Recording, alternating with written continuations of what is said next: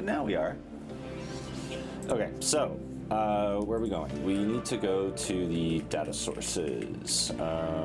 So we have the KTOR data sources, which you'll see I haven't really implemented a lot of, right? I was really just testing.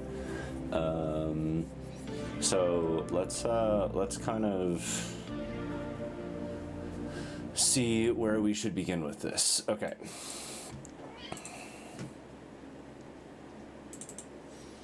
Let's do sets first, because I feel like that's going to be the easiest.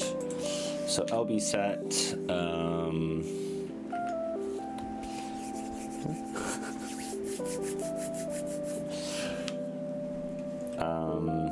So what do I need to do? I need to, right, I was going to, so we have my idea was basically there was going to be a WebSocket that's just reading everything, and then I'm going to use standard REST to actually end up like hitting the servers and stuff like that. So if I ever want to delete something, change something, then we'll kind of go from there. So I already have this idea of creating a connection flow, which basically just whenever we get something, it just, yeah, fully passes through the idea there, or sorry, the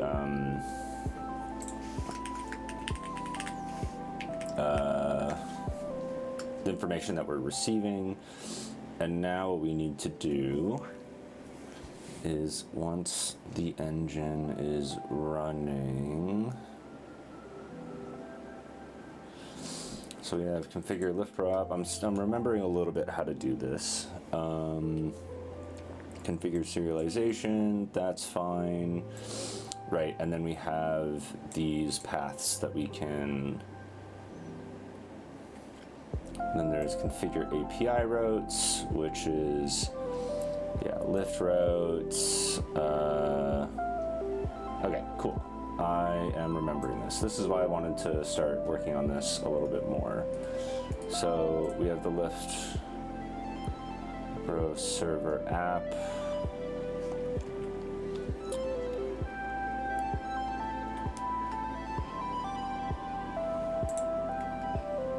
So if we go to set routes, so what if I just do like get, and then if I go into my actual set client, yeah, so I have API WebSockets.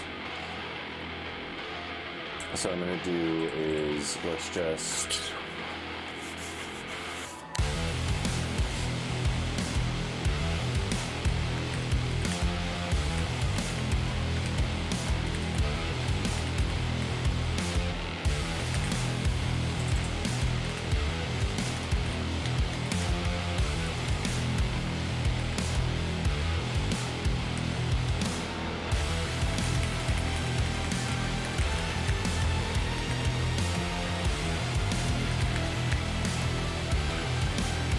do that.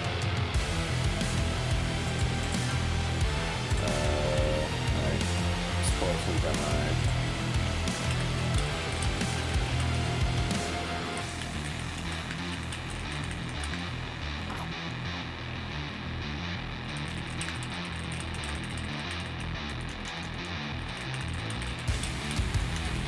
Let's figure out how to write a post. So it's just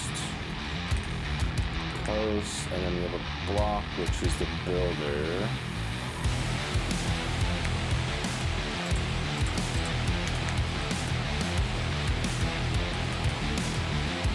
I'll call set body, and then LB set. Is that how that works?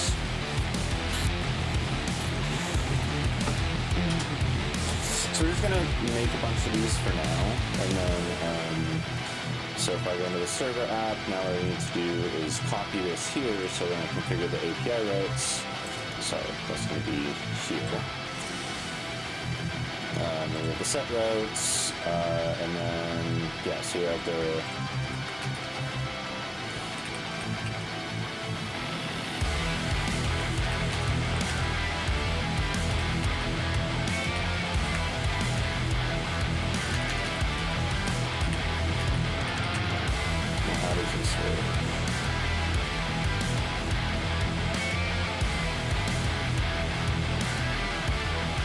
It's fine. this down a bit.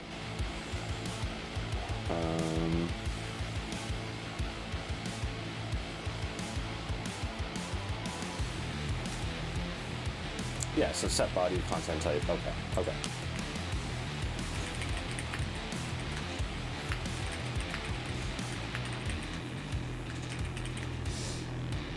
All right, so we're using that. The request itself just needs to be serializable, so I think we're good there.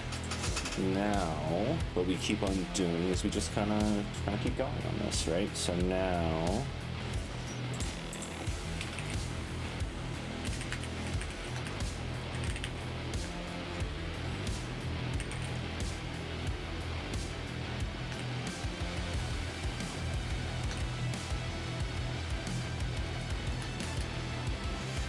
And then how do I extract?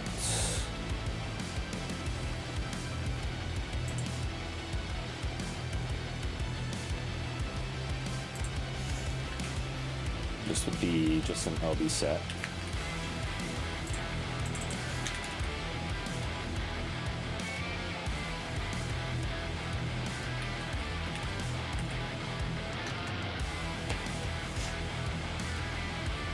Oh, we wanted to save the LB set, and then when we delete, I don't think I can do that with this, but how do I write query parameters? Call, and then we want to delete.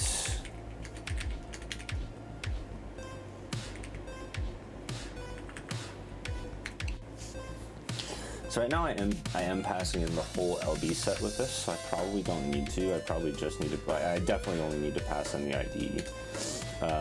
But if we just do something like this, that should actually be fine. So here we call local delete, SQLite data source. Yeah, and then we just delete the ID.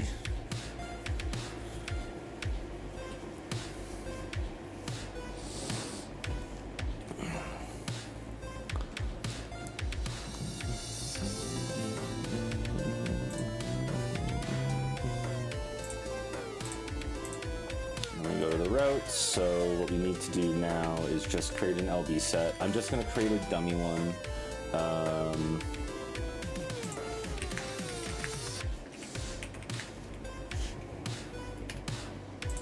Why is this? Oh. No, that's probably not good. I don't think I need rep and weights. So basically, yeah. So whenever we post, we're going to be getting all the sets. Whenever we delete, a set, we're gonna get the query ID just of the set ID, and then that'll delete it. Now, if we want to delete all,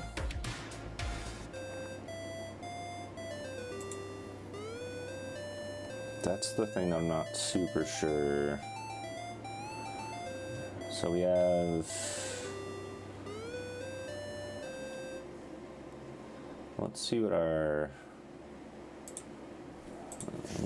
KTOR set data source is like. Yeah, so we need the delete functions and the delete all. So what if I just, do I need to? Yeah, okay. Yep, there we go, and then.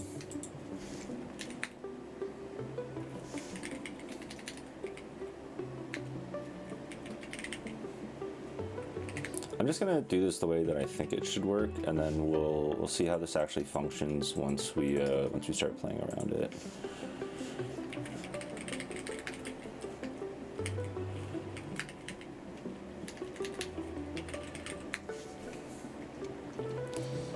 So that's the KTOR set data source sorted relatively. Now.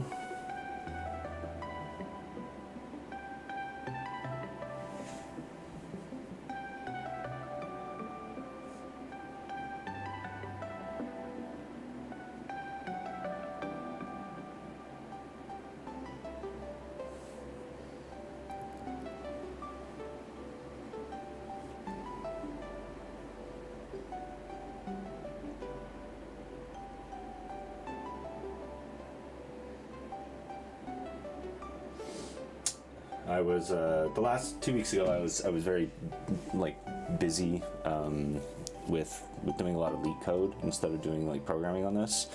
And a friend was just asking if I ended up getting the job or not, and I did not. So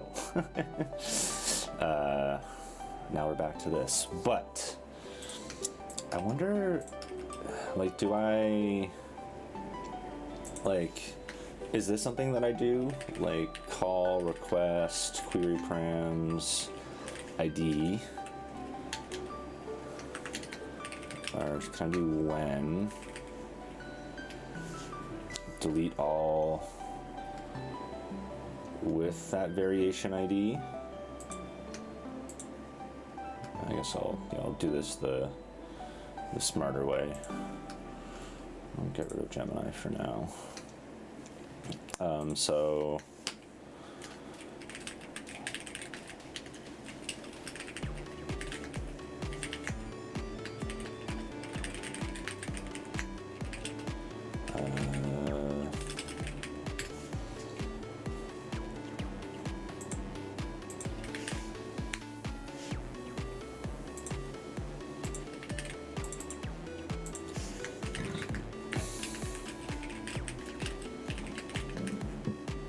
and that's when we do this delete,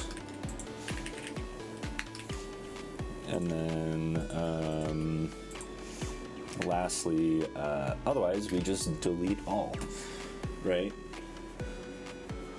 I don't think that'll run into any problems.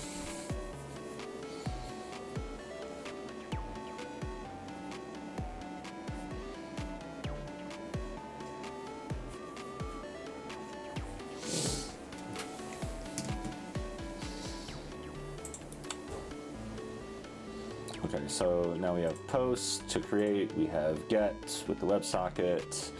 Now we can move on to a different service. So let's do the lift service next, because I feel like that's also going to be pretty nope. Oh, right. So we're not actually, the reason there's a nope here is because every other thing is returning a flow. And this needs to return like an actual object, or sorry, this needs to, yeah, it's a synchronous call, which I don't want in the application whatsoever. So we're just going to ignore it for now.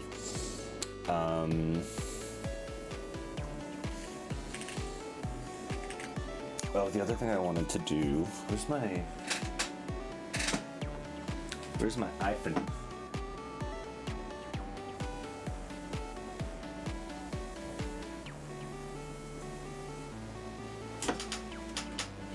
Why are you on the ground? You shouldn't be on the ground. Where are all the other ones as well? Alright, I'm getting distracted. Where's my iPhone? The fuck? Oh, there it is. It's hiding on top of my glasses. And then, the hell? Get the lightning port from here. Hey, Phaedric. There's a funny story there. I was supposed to. I was supposed to be there. And then last minute, I was uninvited. So I didn't end up going. But yeah, there was a mix-up, I guess, between who the... Yeah, so I think there was a plan to do like an XKGer kind of event, right? Or an X, so there was going to be a group of us, a few other people, and then yeah, it was deemed not something they wanted, I guess. So yeah, I got uninvited. But I was actually supposed to be in the race. There was like a bingo event or something like that. So yeah, I was supposed to be there. I get it. I don't like 100% get it, but like I get it. But yeah, that would have been super cool to see everybody again. So yeah. Phaedra, he's like, I thought I saw you at the office yesterday, and I'm like, well, funny story. Oh, the event. Yeah, it's like funny stories. Like I was supposed to be, but Oh well. oh well. Life happens. But I'll probably, if Zed does something like that again, I'll definitely work with him a little bit closer. But yeah, it was unfortunate. We got a message, like, there was a few of us that got a message like yesterday mid-afternoon or something that's like, yeah. So I'm not like, I get it, whatever, but it's unfortunate, like you said. But onward and upward, right?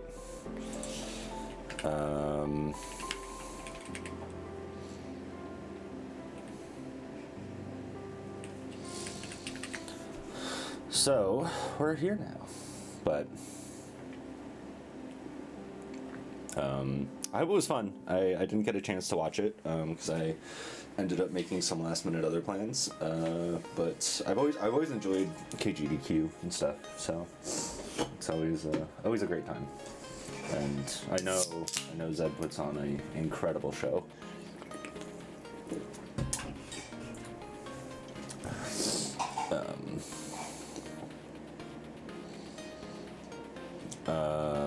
And then, yeah, we received the call. That's all we need to do. And then we want to delete.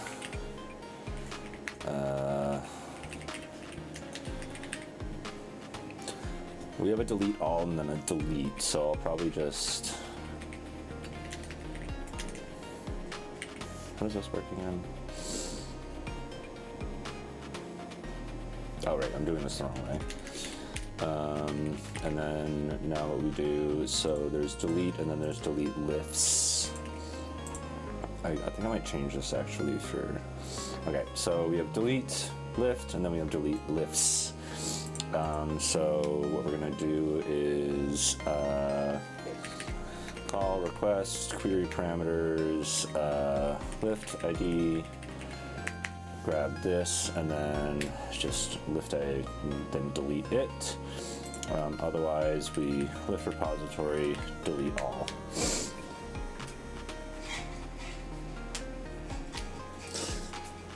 Yeah, I mean, I don't know. But it's just funny. It's funny that you mentioned that literally today. Could be a new dev or something. I don't know. But yeah, that is pretty funny. And then what do we do here again? We want to write HTTP client, post.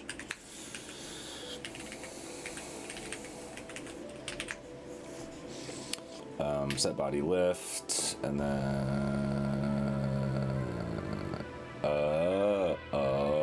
ooh, I guess we'll just have to.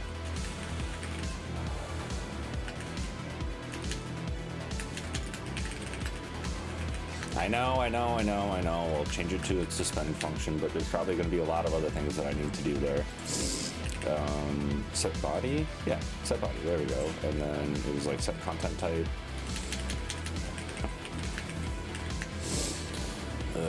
Where was it? Here. This is my first time like really playing around with KTOR, so it is a lot of learnings happening. Yeah, it actually went pretty far. Like I got all the way to the end, but they ended up going with somebody else. So I got the classic like keep taking a look at our stuff. We really liked you. So if you see any other roles, then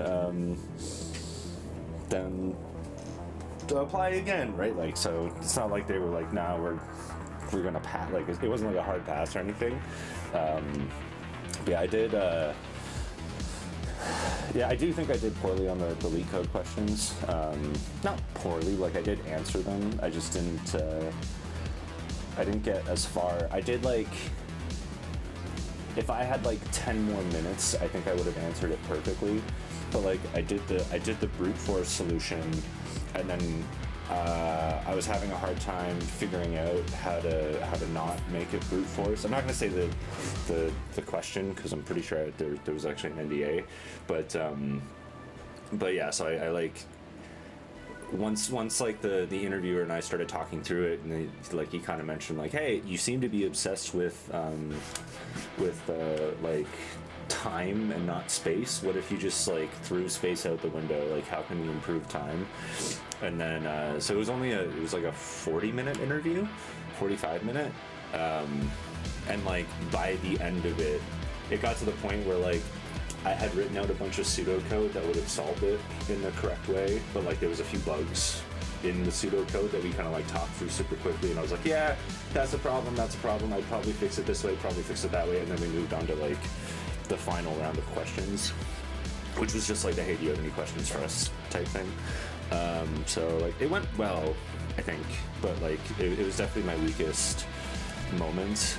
The other thing that didn't help is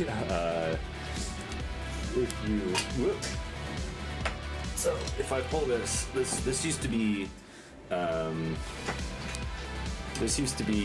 the cable for my webcam.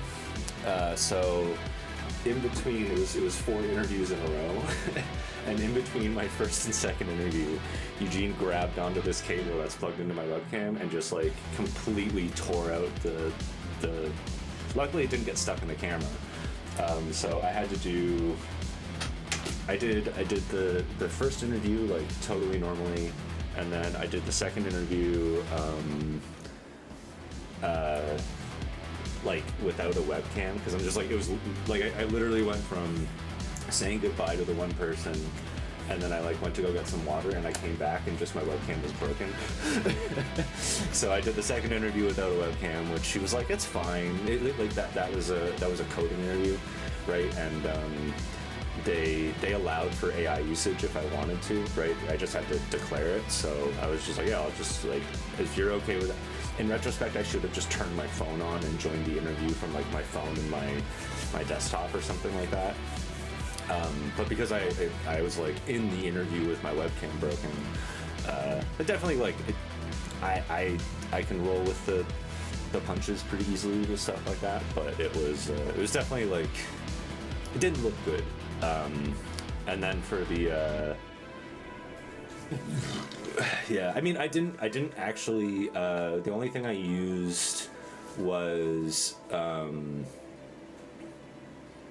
I just had to Google some things because like it was like a architect. It was like, hey, find problems with this code, right? So I wanted to like integrate a view model into the UI, but then I'm looking at it and I'm like, oh, you don't have like coin or dagger or anything, and I'm like, I always just go like buy view model, and then like coin and dagger kind of figures that stuff out. So I'm like, I'm gonna have to Google how to build a view model from scratch without like adding in libraries. So there was just stuff that I'd forgotten because I've been working with so many toolings, right? But otherwise, I think that went really well. Like it got to the point where we were just kind of like, it was just a good conversation with the guy, right? Where he's like, now what do you think we would do next? And I'm like, this. And he goes, okay, we'll do that. And then I did it, and so like it was good. But yeah, then the next 2 interviews, I ended up pulling out my laptop and doing it there, which is not the end of the world, but I definitely like when I got to the the leak coding section, like it was definitely, I'm definitely significantly better at doing kind of like coding tests or presentations or anything like that when I can at least see some people in the audience, right? Like just seeing other faces or whatever, right? So like when I say something, like I can see them nodding along or shaking their head, right? Like, you get kind of the reactions, right? So like I definitely was just kind of like talking because I didn't really have something else. Like I was, my full screen was code, right? So it was just like it wasn't terrible. It was just not my like standard work setup, right? So like it was like 2 or 3 like small little wrenches that kind of like I could see them nitpicking and maybe why they went with somebody else, or the other person could also just be incredibly talented, right?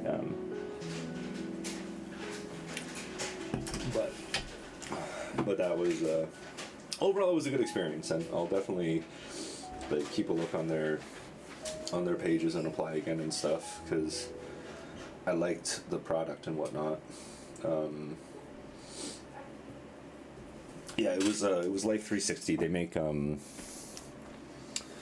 lot of like home and like family management software, right? So like if you have, I don't have one on me right now because they're on my keys and in my wallet, but they make like the Tile, like the Apple AirTags, but ubiquitous, right? So it's a lot of like find where your kids are. Like they just came out with a new feature, which was launched and it's like super public, but where it's like you can find your pets, right? So they have like collar tags and stuff. So if your pet goes missing, you'll be able to see where it is on a map and stuff like that. So I find, I mean, I've been using Tiles for like 360, yeah. I've been using Tiles for a very long time, so it was kind of one of those like, hey, I use this product a lot.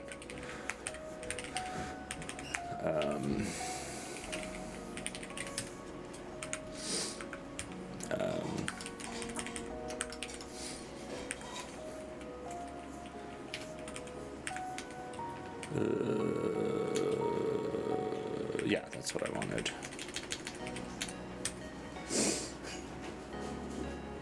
Yeah, it's, I mean, I guess they like waited, because I definitely applied a few times as well to other stuff there. So, yeah, and then they have another role that seems interesting, which is like core maps experience or whatever, but they want somebody that like, so it seems like what they want is somebody who actually knows how to build something like Google Maps from scratch, right? Like they want to build their own version of Google Maps in the app, right? So they want somebody with like a couple years of deep map integration, right? Because they're like, oh, what have you done with maps? And I'm like, oh, I've like used Google Maps and Apple Maps for a very I've placed pins and like I've integrated with the SDK. But they're like, oh, so you haven't like built it from scratch? And it was one of those questions where I was just kind of like, how many people do you get that say yes to that answer to that question? It's like a couple years ago, actually when I was leaving KG, I applied at Grammarly, and they had the same question of like, how much experience do you have building a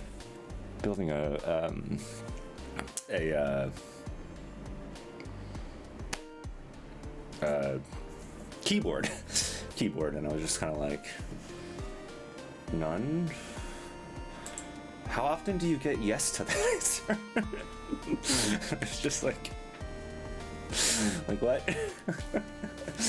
How I'm just gonna return true here because I don't really care. Like it's not going to fail unless the API fails, which is I need to figure out how errors are gonna work in this system. Because right now there really are no errors because everything is so tightly tied together, but like if you're using different versions of the app against different versions of the server, this can start failing. But yeah, overall I think it was a good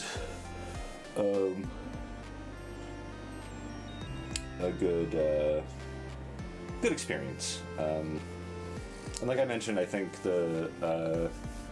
so I did 6 interviews, and 4 of them were ran by women, which it's just a really nice green flag to see, right? It was just like, sick, like technical women in like powerful positions at a company. That's awesome, right? Like, or like influential positions, whatever you want to say. Just like, that's cool. I am fan. So just a lot of good vibes from them, but alas,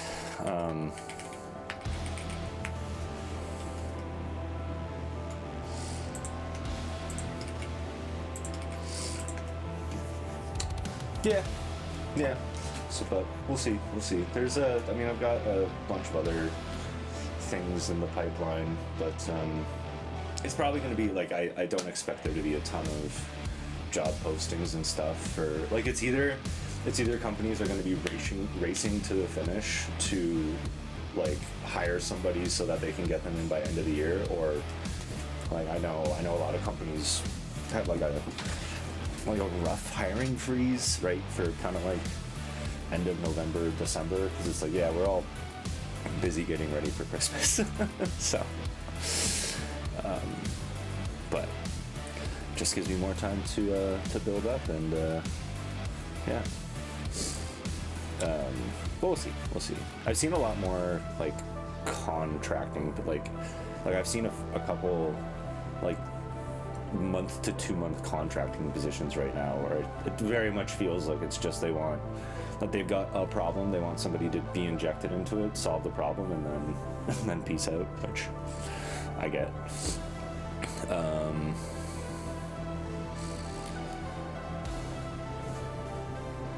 Yeah. I mean, overall, it's always just good. I find like getting experience interviewing and being the interviewee is very, it's always valuable. And I still got to write that. I wanted to write a TechSlice article about like, yeah, leak code interviewing, because I've been doing it a lot, and I have a lot of thoughts about it, which we've talked about before.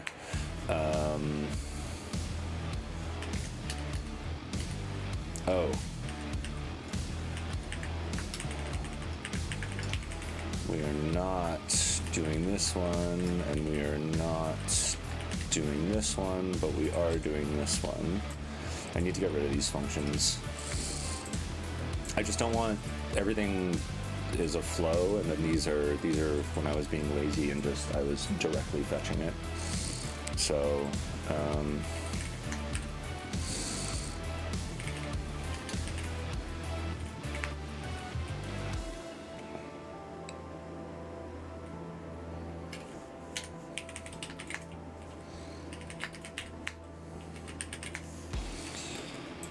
don't think I need to do this, but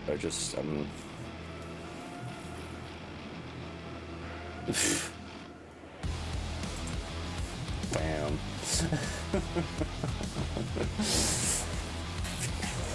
Yeah, how have you been? How are things? We played some Split Fiction yesterday. Tomorrow is also going to be a short stream because we have some stuff planned. Sarah has the week off. So we're going to do some Split Fiction in the morning. I'm actually hoping that we finish up the game, and then we'll probably head out by like 1 or something. Gonna visit all the Christmas markets.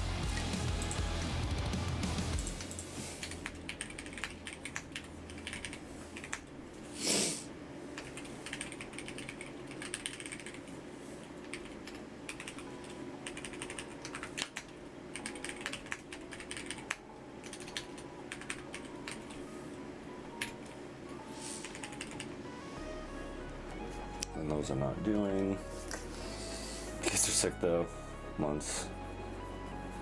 Yeah, I've been kind of in that boat as well. I'm like in a weird position where I've almost got like almost too many games to play. Like too many games is the wrong word, but like, so the games that I have been playing, Hades 2, Ninja Gaiden 4, Absalom, and I've been playing a little bit of Arc Raiders. And then, but all of these games are like really hard, especially like I like playing Ninja Gaiden on the hardest difficulty because I'm the masochist. But like they're just like, they're games that you play for like 20-30 minutes and then like you finish the run and then it's like I'm just kind of like done, and then I've been just hopping between them. But if the game that I played this year that I absolutely adored, where are you? I mean, if you haven't played Clair Obscur, that was the game I'm looking for. Where is it?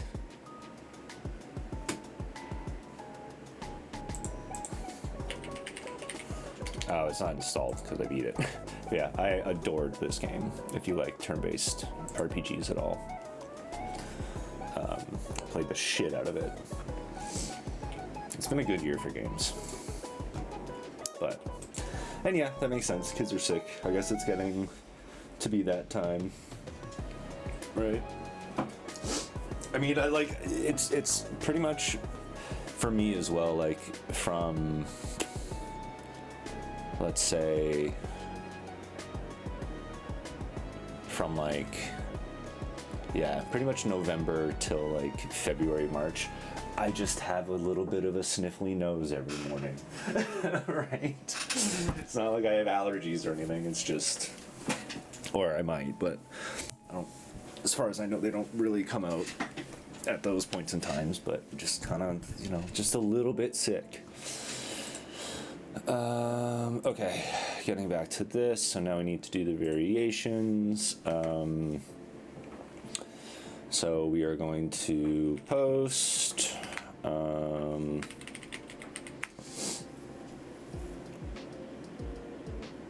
Yeah, right. Yeah, that makes sense. Like, I have a few friends that are teachers, right? And they're just like, I'm just sick all the time because kids are kind of gross, right? Like in you know, in a way that it's fine. Like it's just,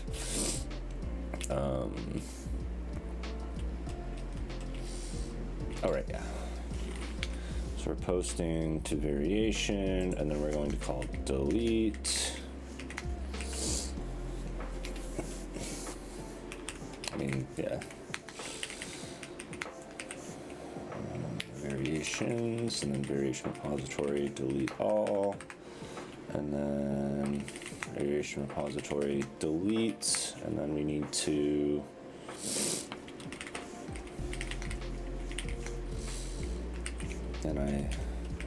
what I also want to do, why are you doing that? So what I also want to do is, yeah, and I can just go in, right? Yeah. So all these routes and stuff, this is all the same code base, right? So I do have a like core, there's like an API core, right? So putting all these like definitions of query parameters and routes and stuff, just throwing that into like a single source of truth. So both of these things will reference that and yeah, be fine, right?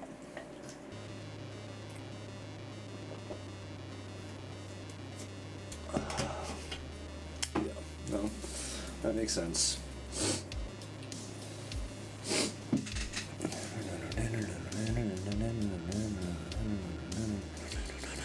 Okay.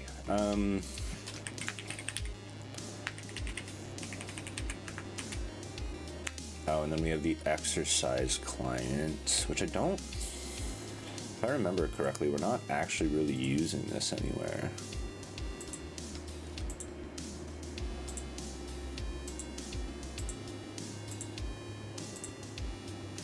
Yeah, it's really only used in like the backup service. Okay, so I don't actually think we need the KTOR exercise service, but I think we need the KTOR workouts data source. Excuse me.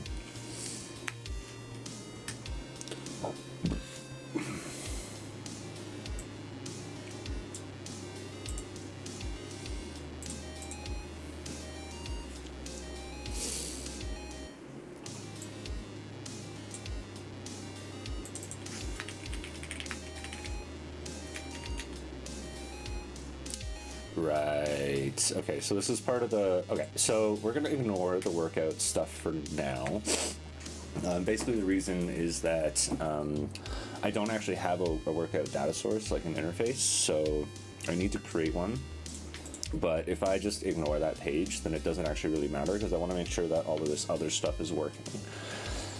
So, to do that, I need that iPhone that I wanted. Now I'm just going to shift this over here, because I'm pretty sure I'm gonna have to enter in. We'll just do this actually. Switching to webcam for 1 second.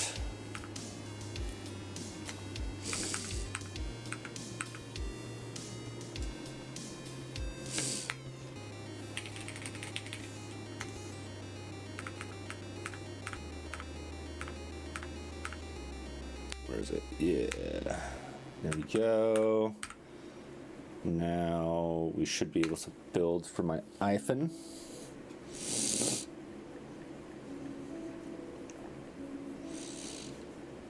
I don't care. And then we're just going to open up the WebSockets there. Trust, whatever. And then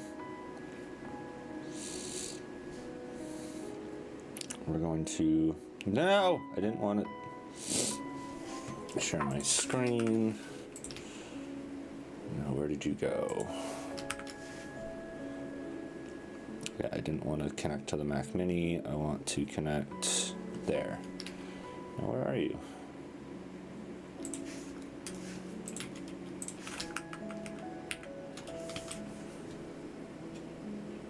Okay, that's not mirroring. And then now we mirror. There we go.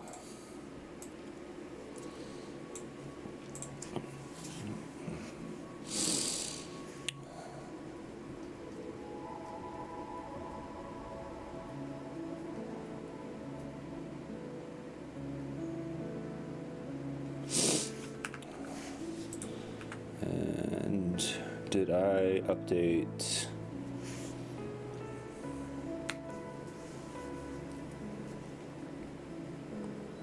We could also just do two different emulators, but it'd be cool to get iOS connected. Switching back.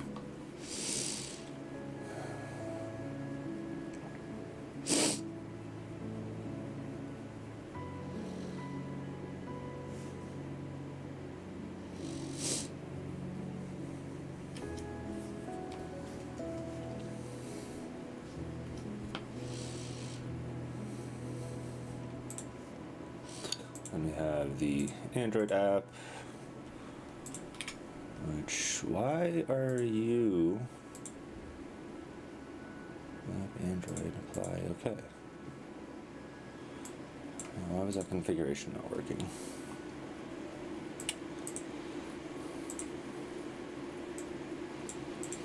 And now,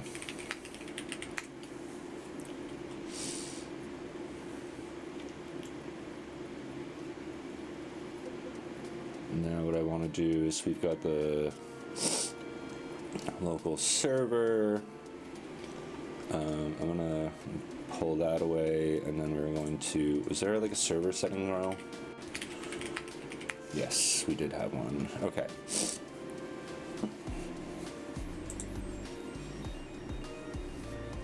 Here we go.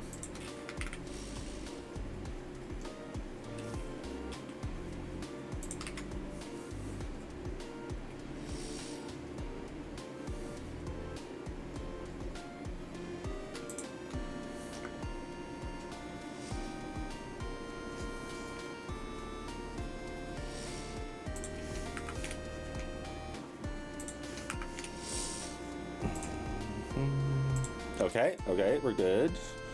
Now if we go into settings, we shouldn't have, yes, we got all these things. That's fine. If I open up this, we should have the server settings row. No, I think I ran it too early.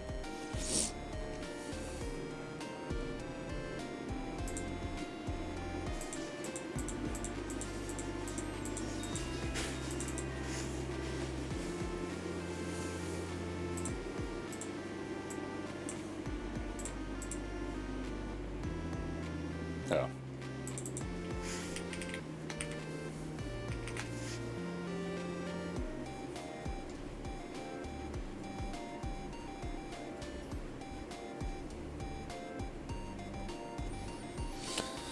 So like So how do I want this to show? Basically, so I've got this just as data source settings, which is not great for now.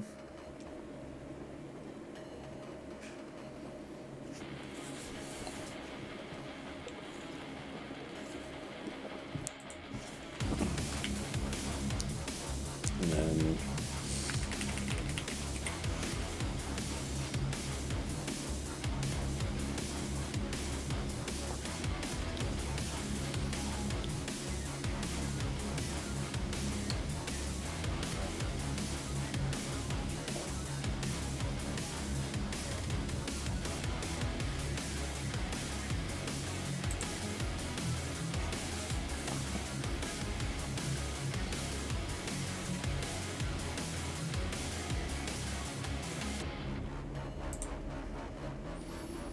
so we have the Loughborough server that is currently being fetched.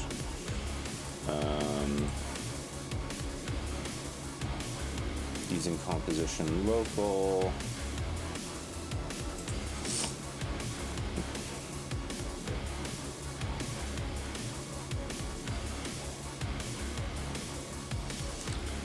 So we got the context, we got the server.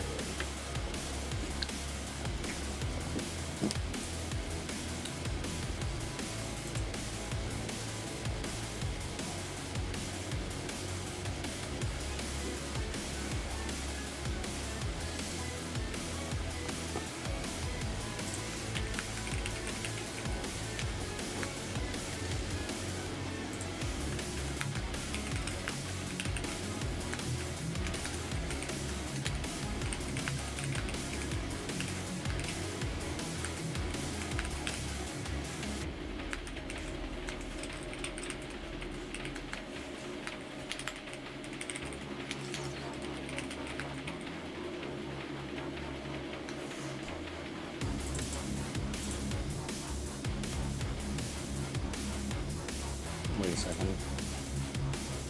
No, I don't want Loughborough client. I want...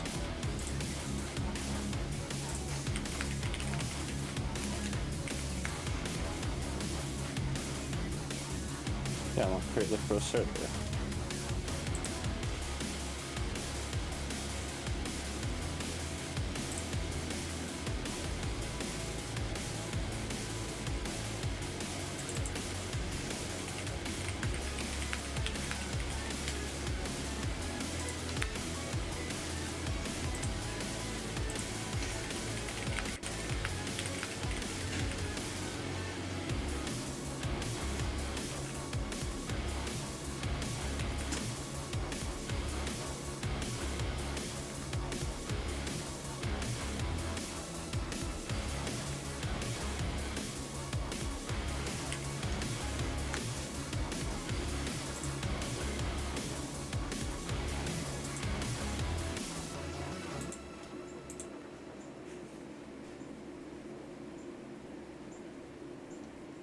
Okay, I think that's fine. But where is this? So that's in the presentation server, which the main activity is depending on, but my dependencies are not. Because this is in DI, which is in presentation, but it's in the compose presentation.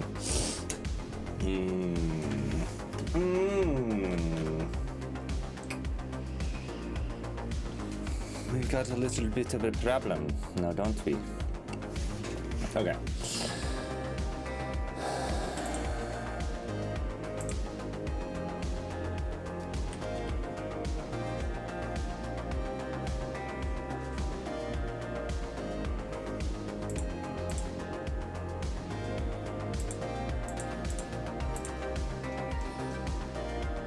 Okay, so what I want to do is basically make it such that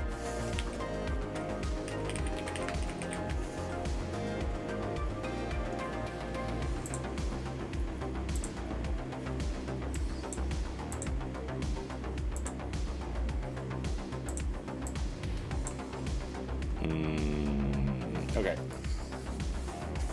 So, one sec, I gotta run to the bathroom. Be right back. But now, guess what? We have a be right back screen. Bye.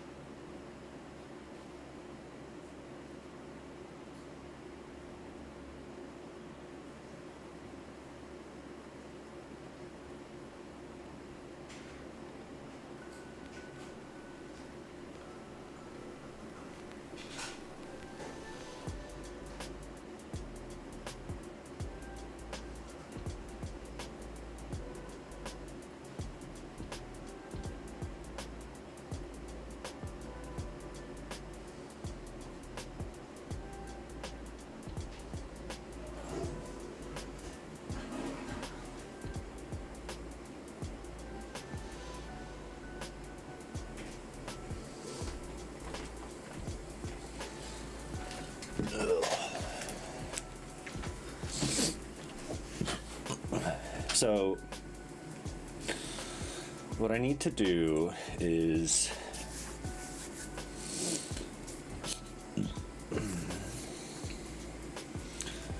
make this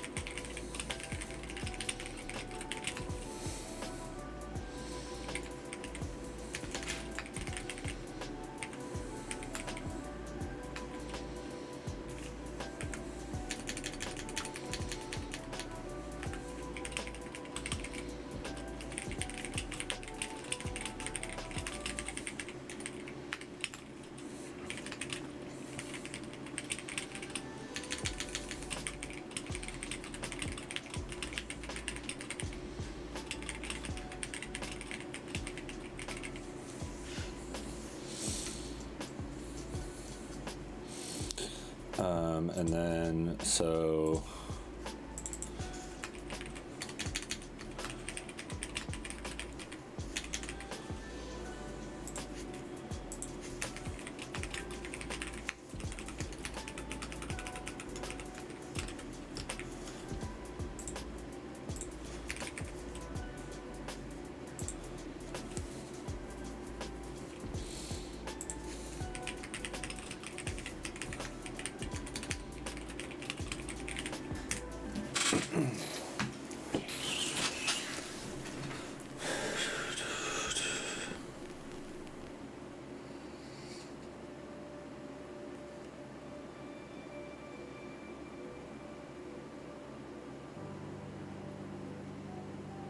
Oh, shit.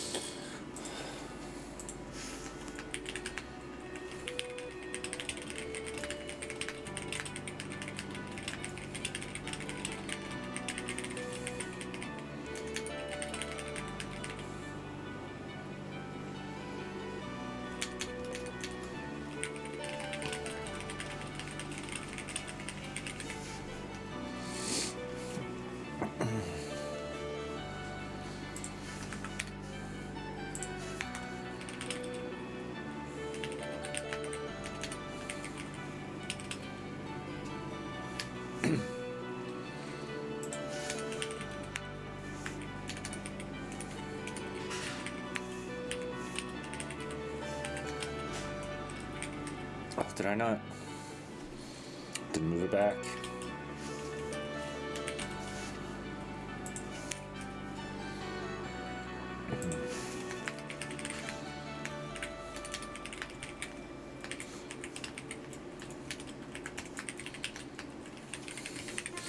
All right, so the idea is...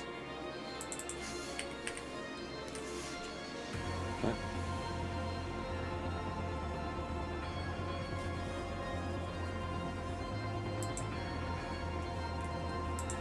It's placeholder, right? Yeah. I don't understand.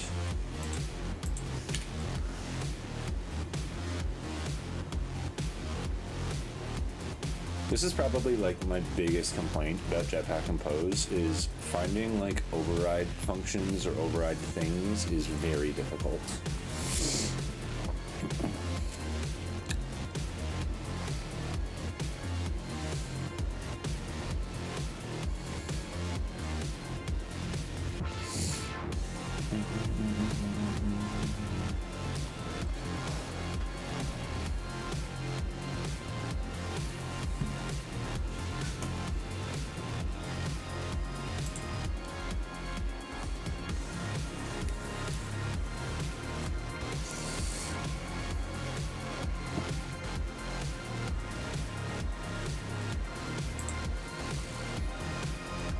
So it's value on value changed.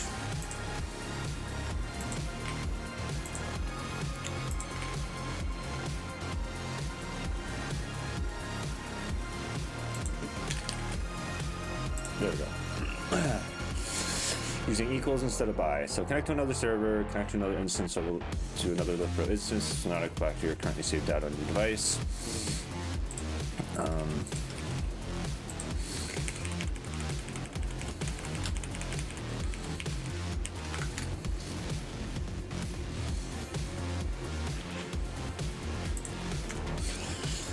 So how do I want this to work then?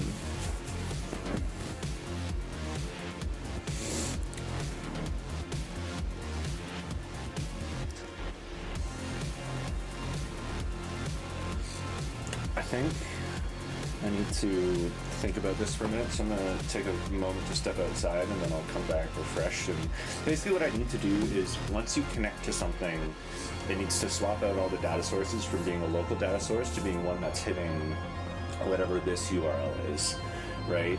And then if you have a server running, like the server's just running, right? So once the server's enabled, I would also like it to like current IP is right, something like that. So I'm gonna be right back. So we got the be right back text.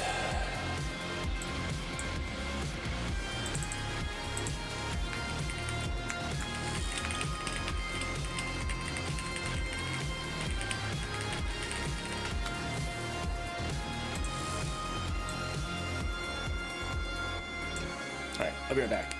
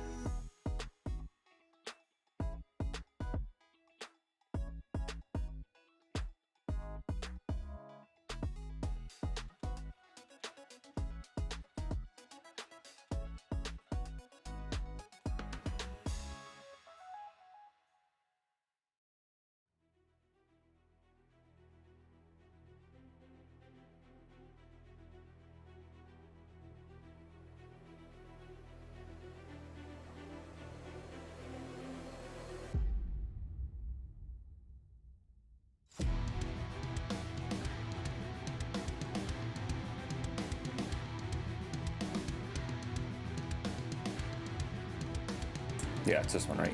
Yeah, okay.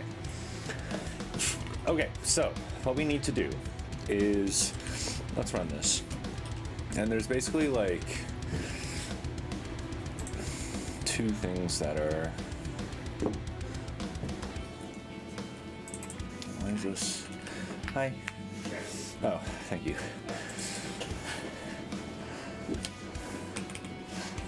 Why can't I? Oh.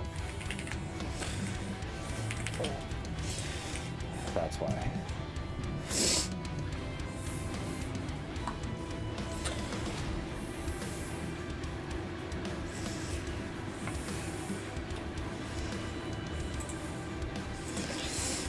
Okay, so is there a way using KMP, is there a way for me to get the current device's local IP, global IP address? Like, I just want something on their local network, right?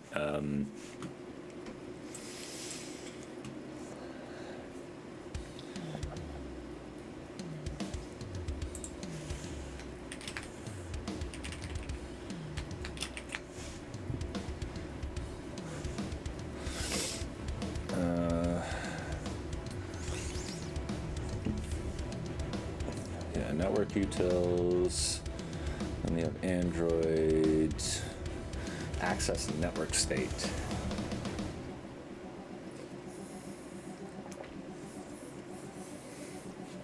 Okay.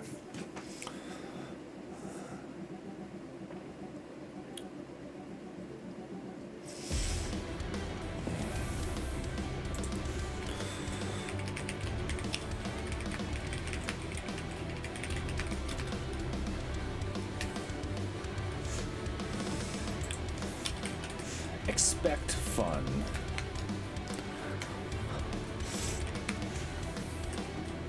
And then, yeah, what do we need to do here? We need to network state.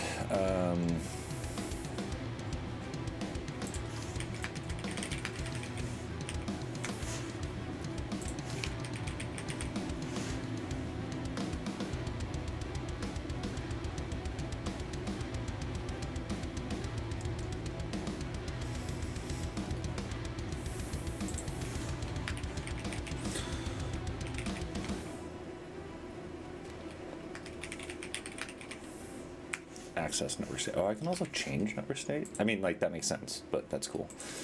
And then, what do I actually do?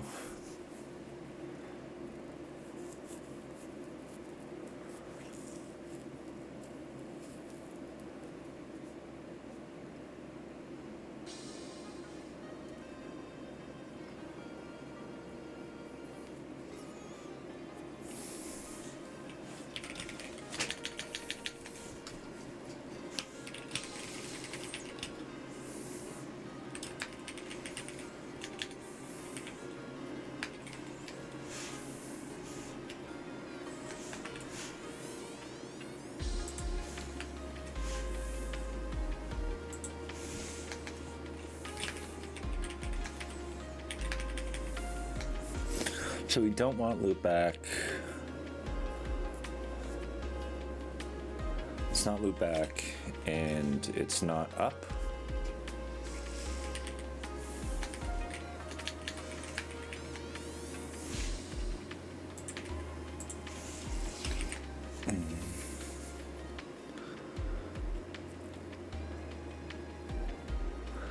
So what we're doing is we're getting the next element, and if it's loopback and it is up,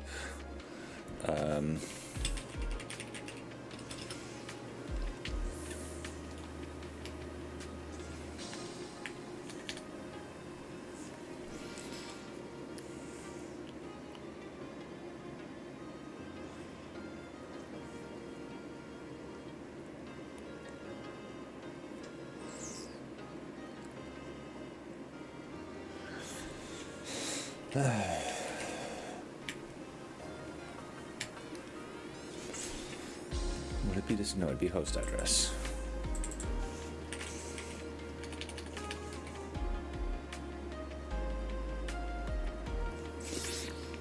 Next element is loopback address, return host address. Oh.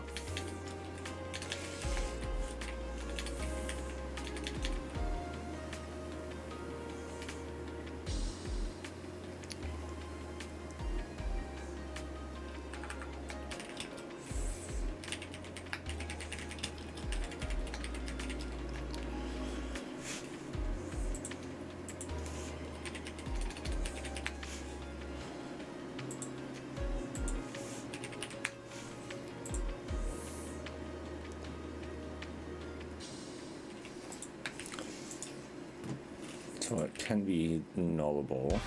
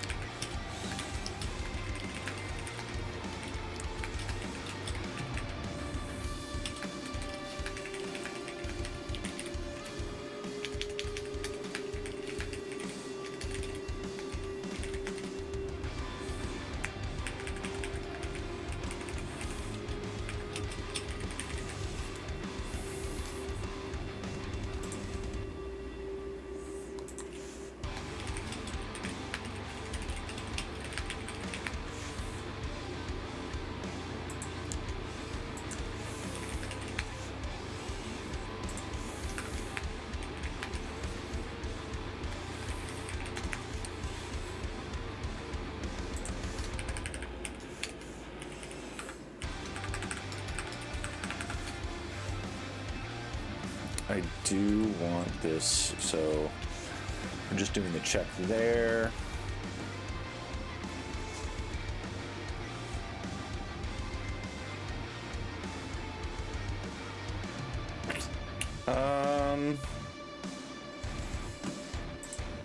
They should be. I'm just going to disable them for now. Thanks for calling that out, Pedric.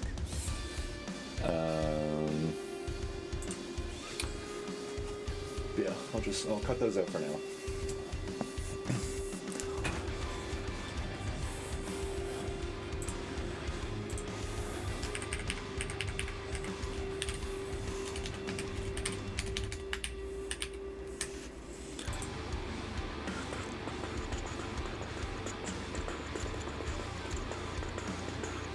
All right, so I need to test this on a different monitor because I don't want it to give away my actual IP if it's accidentally doing that. So I'm just going to switch to a different monitor for a second.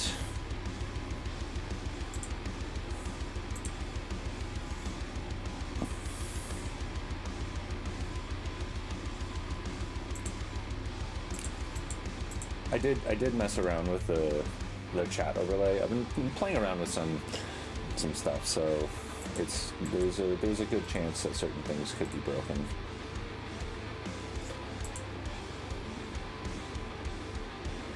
Right, we're just running this, and then I just want to ensure that it's a local IP and not like a global IP.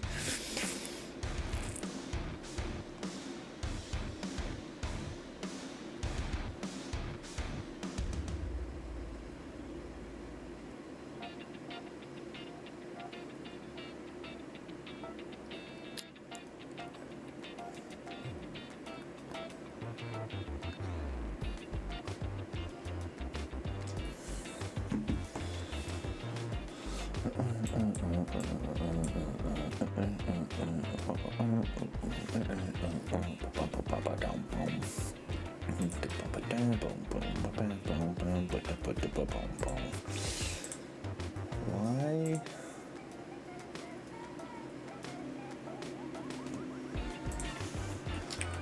Okay, something is...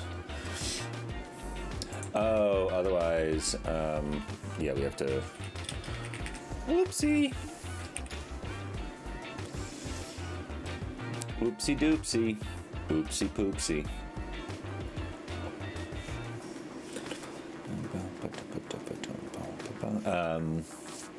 We also went to go see the new Wicked movie this weekend, which...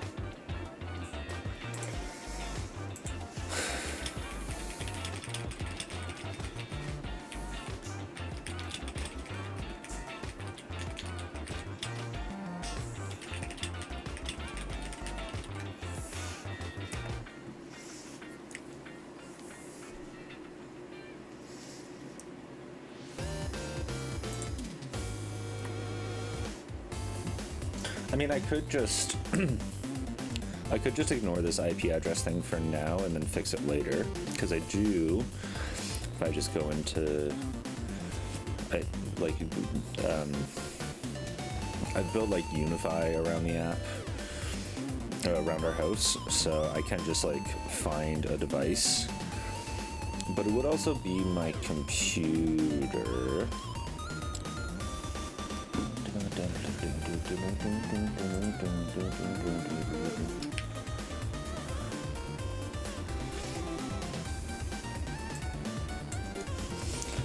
So the most direct way to correctly fulfill your request is designed specifically to identify private network access. Correctly ignore public IPs from cellular connection or VPN.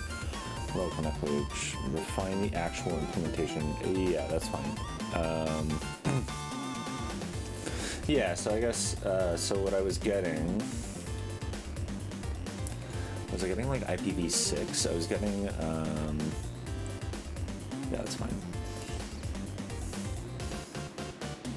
Is site local?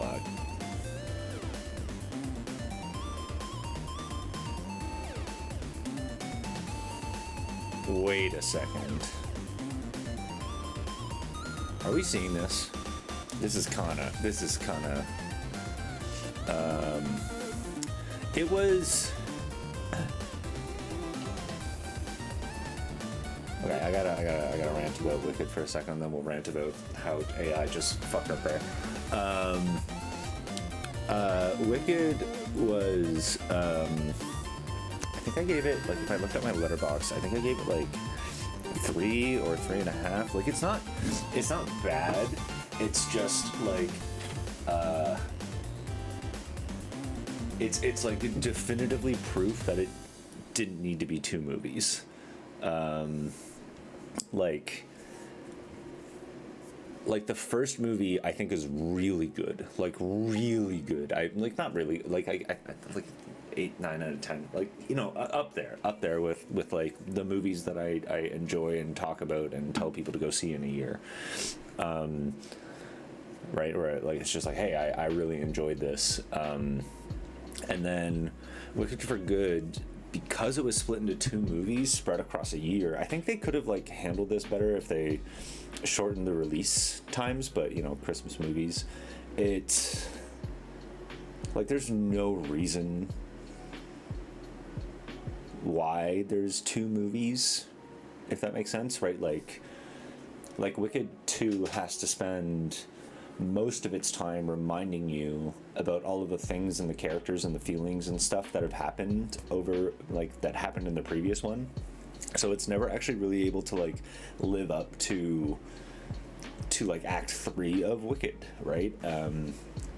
It's also like it becomes very obvious that all of the like good Wicked songs are in the first 2 acts, and the 3rd act doesn't really have a ton, right? Like I'm sure there's a few, but it's the kind of movie that spent a lot of time reminding you about the previous one, such that I believe that if it was like merged into one movie, it would have just been significantly better, right? Like there's probably and I'm sure there's going to be some like fan edits and stuff like that, but there's like definitively, I believe, a like 2.5, 3-hour movie that's really good there. They could probably shrink it down to 2, but based on the stuff that they added and based on a bunch of other things about the movie, maybe not. But yeah, it's there's an edited version down there, and I truly do believe that like the fact that it's 2 movies, like the creative team had no decision over that. I feel like it was definitely like a like corporate decision of like, hey, like if we make this 2 movies, like it'll be fantastic, because they make a lot more money. because sequels always do better, and I'm sure that they did well. But like it's yeah, the second movie had really no reason to exist. It's kind of like if like the Hobbit movies, right, where like the first two kind of made sense, and they like, I would say they shoehorned in a lot of like the white orc or whatever his name was,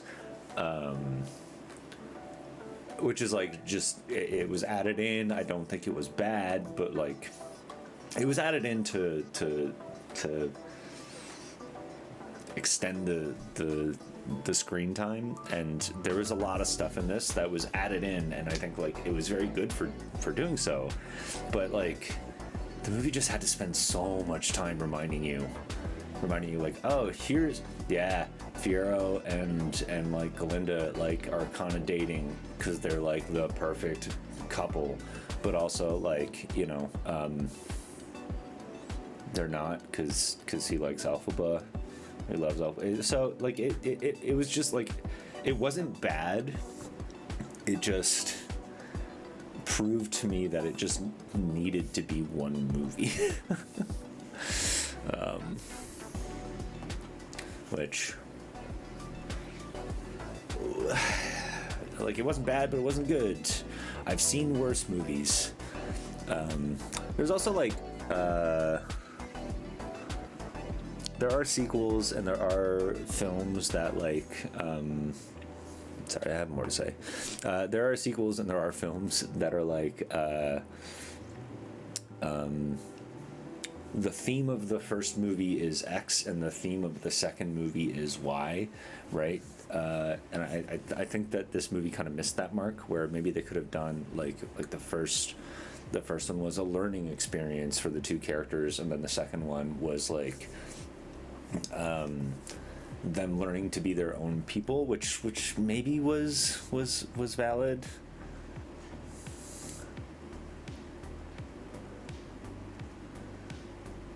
Yeah, like there was a lot of times. Sorry, yeah, Phaedric. Yeah, when you take up 50% of your runtime just to fill in, you went on gaps that happened since that are not relevant but still relevant. Like there was a lot of times where there was a character, I'm just like, who's that character again? And then there was like a minute of exposition about like, oh right, thank you for reminding me who that character was, because I didn't watch the first one. I watched it a year ago, right?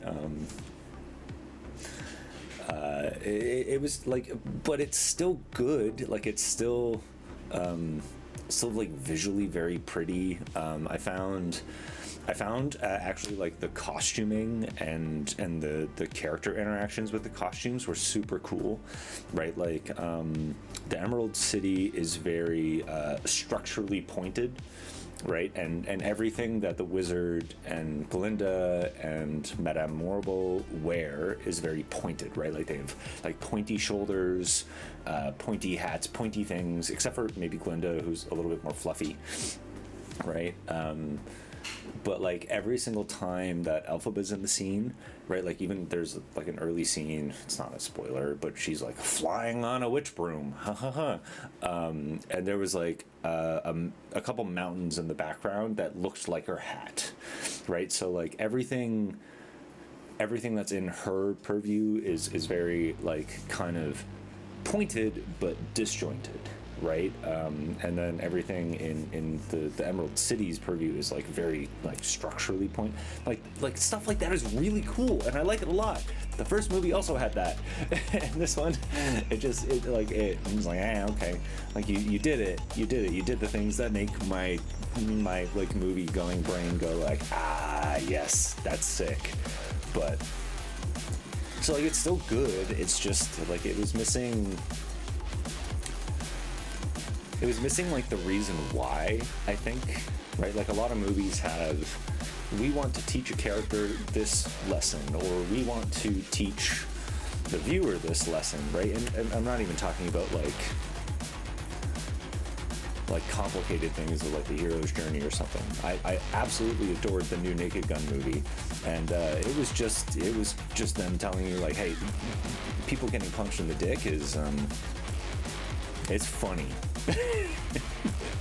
It's funny. Yeah, there's always like I don't know if you remember Andrew from KG, but Andrew Ha, but we always talk a lot about like how like can we see the writer or see the person through the movie. The first one I could definitely see Bowen Yang through the movie, right? He was like definitively there. This one it's like you just had to do a bunch of stuff to appease some people, didn't you? Right? I can think of other examples of that, but yeah, that was my general idea.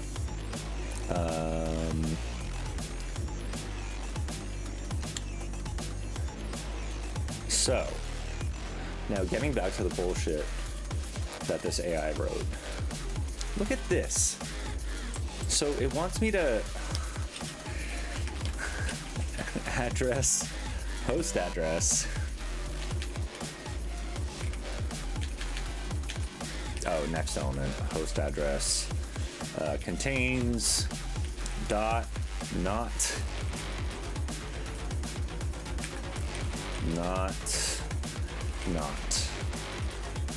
Come on. Even the, like that's what it wants me to do right here.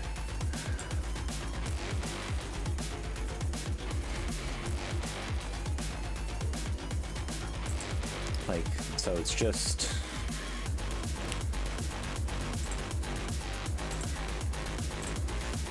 it's like, so it has to equal true, and then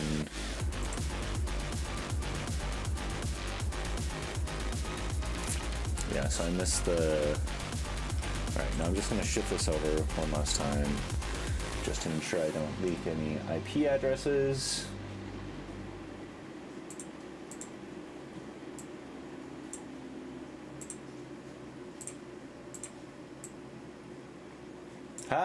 There we go. Current IP.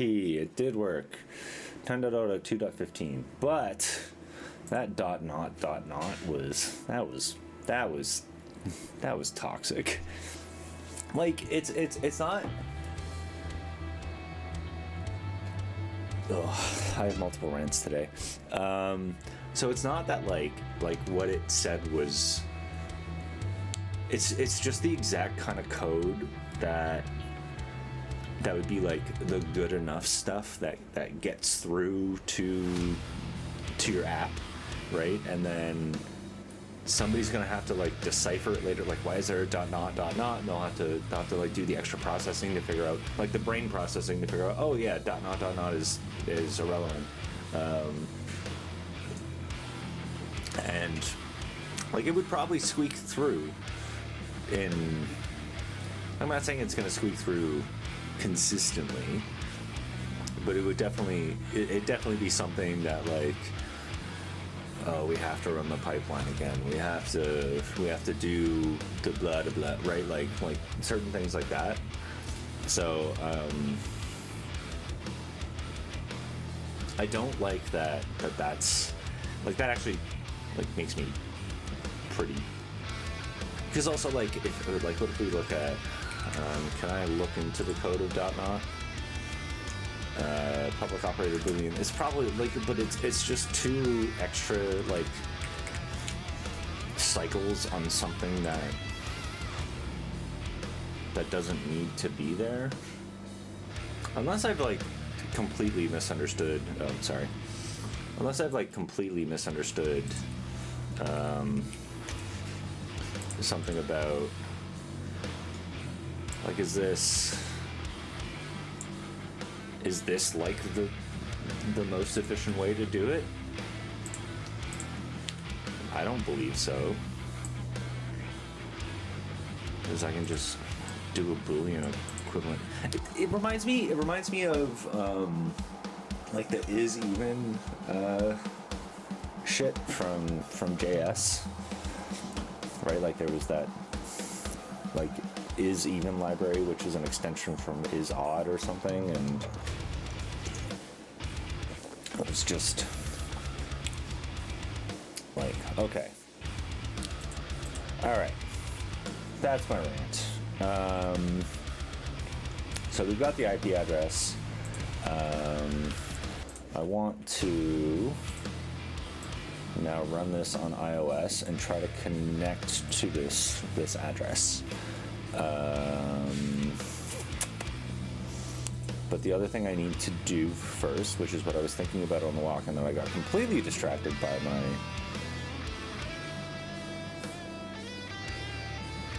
Yeah, that's like it literally wanted me to do... This is what it generated. Like, contains and then not.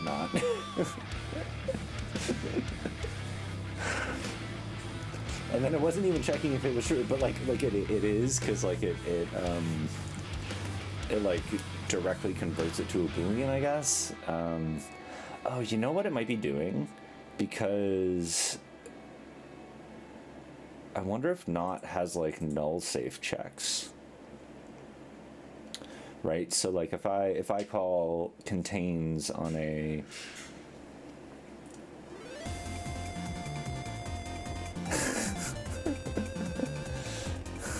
yeah, it's I'm not happy with the code that just generated. It wasn't a nullable Boolean on the first one. Yeah, fuck that, right? Like, I just wonder, like, what the... No, anyways, that also just makes me think that there's a lot of code out there.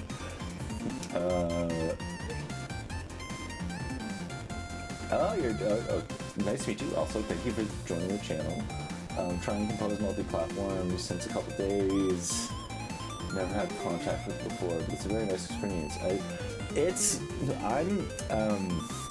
The only thing that I really wish that desktop multi-platform handled well was, and I think this is just probably me being in like a world of mobile where these things are kind of solved, but localization.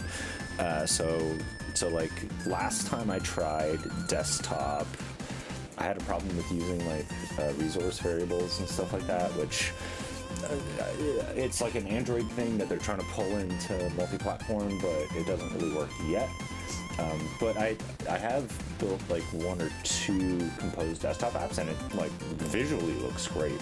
There's just I think there's a lot of like tertiary problems that need to get solved. Cause yeah, it's the other thing that I'm not super sure on yet is like how much I actually want to share my like desktop and application, or like Android iOS application code.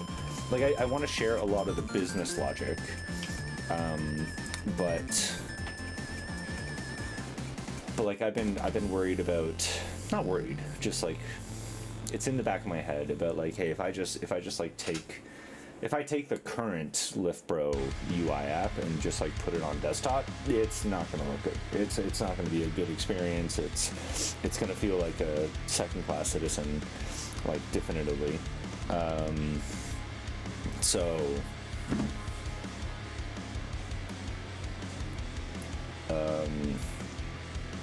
Yeah, I find I still, like, I don't have I know the sidebar here is very small, but like I do have I'm gonna do this. I do have a like Android app Android, app iOS, and then there is a app desktop that does exist, but it's not being like built into the project right now. But it's my plan is that a lot of the UI is going to sit and be shared across web and desktop.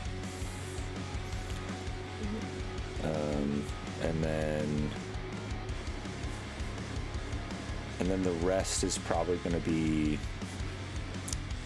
just strictly like the Android iOS apps, just because touch is so different than like clicking, right? Like I can click something that's super small with more accuracy than I can touch something. That might just be me though, so I might just be okay. I had gotten completely sidetracked. What we need to be doing, or what I need to be doing, is so we've built a server row that is basically allowing somebody to be able to enable a local server or connect to a server. So enabling the local server doesn't matter too much right now. The way I'm thinking about this is I want this to be kind of like its own flow, so that might be something I work on tomorrow or on Friday, or maybe today if we have time. Where like if you enable a server, there has to be some sort of terms and conditions, right? Saying like, hey, you're opening up your phone to other users. I can also look into authentication for this. But for now, it'll probably just be like an experimental feature that when somebody clicks it, it's like, hey, maybe don't leave this on that long. Maybe don't use this if you don't understand what this means. So I'll have to figure out what that looks like. But what I want to do more so, because this is like the interaction between the services, is so if I have a server that's running, I just need to be able to connect to the other one. So once I input the server URL, then I need that to update somewhere. So the things I'm thinking about where to store that, there's shared preferences, there's the new like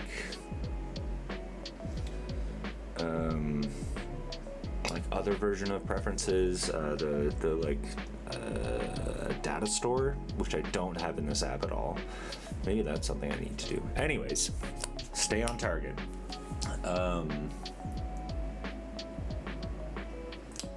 Yeah, so once you input this, once you input a URL, it's then going to, and then once you hit the URL and then hit connect, it's going to connect to that server and then use that server as the source of truth.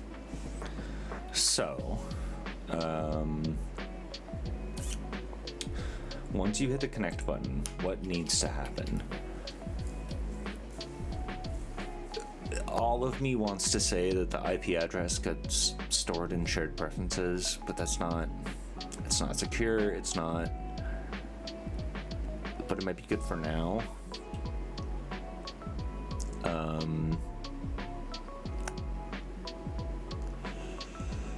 The reason why, so shared preferences is just a like raw XML file that's on your phone. So if anything is stored there, and like storing local IP addresses there is not the biggest issue, but other applications or malicious actors could access your shared preference file if they really wanted, right? Like we're talking about like rooted devices and like big old problems with that. But they could access that, and then this app is open source, right? So like all the code is online. You can read it. Like that doesn't necessarily, like there's other things. Anyways,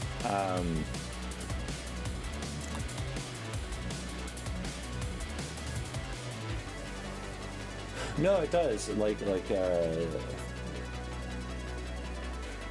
Sala? Sala? Is it okay if I call you that? Or Wurzel. But yeah,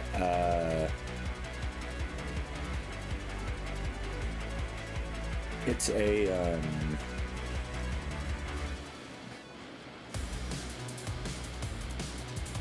there's, here, there's like a thing that I have come to learn about these like multi-platform systems. So also only targeting desktop and Linux. No, this needs like a full. You're the real superhero. But like, so in a lot of cases with code, you might have like your Android. I know that text is very small. Your iOS. Right, and then you have your like your backend.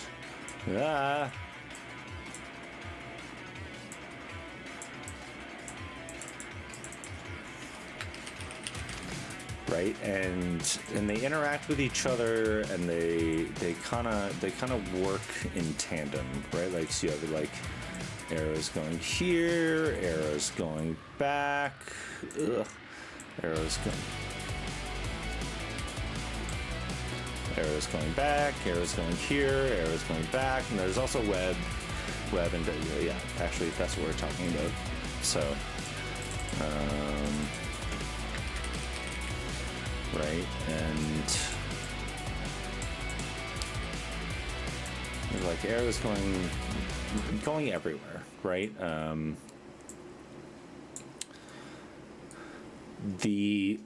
There's like a lot of pros and cons to how I've set some things up. So the way I've set stuff up is that maybe I can. No, I'm just gonna redraw it. So we have like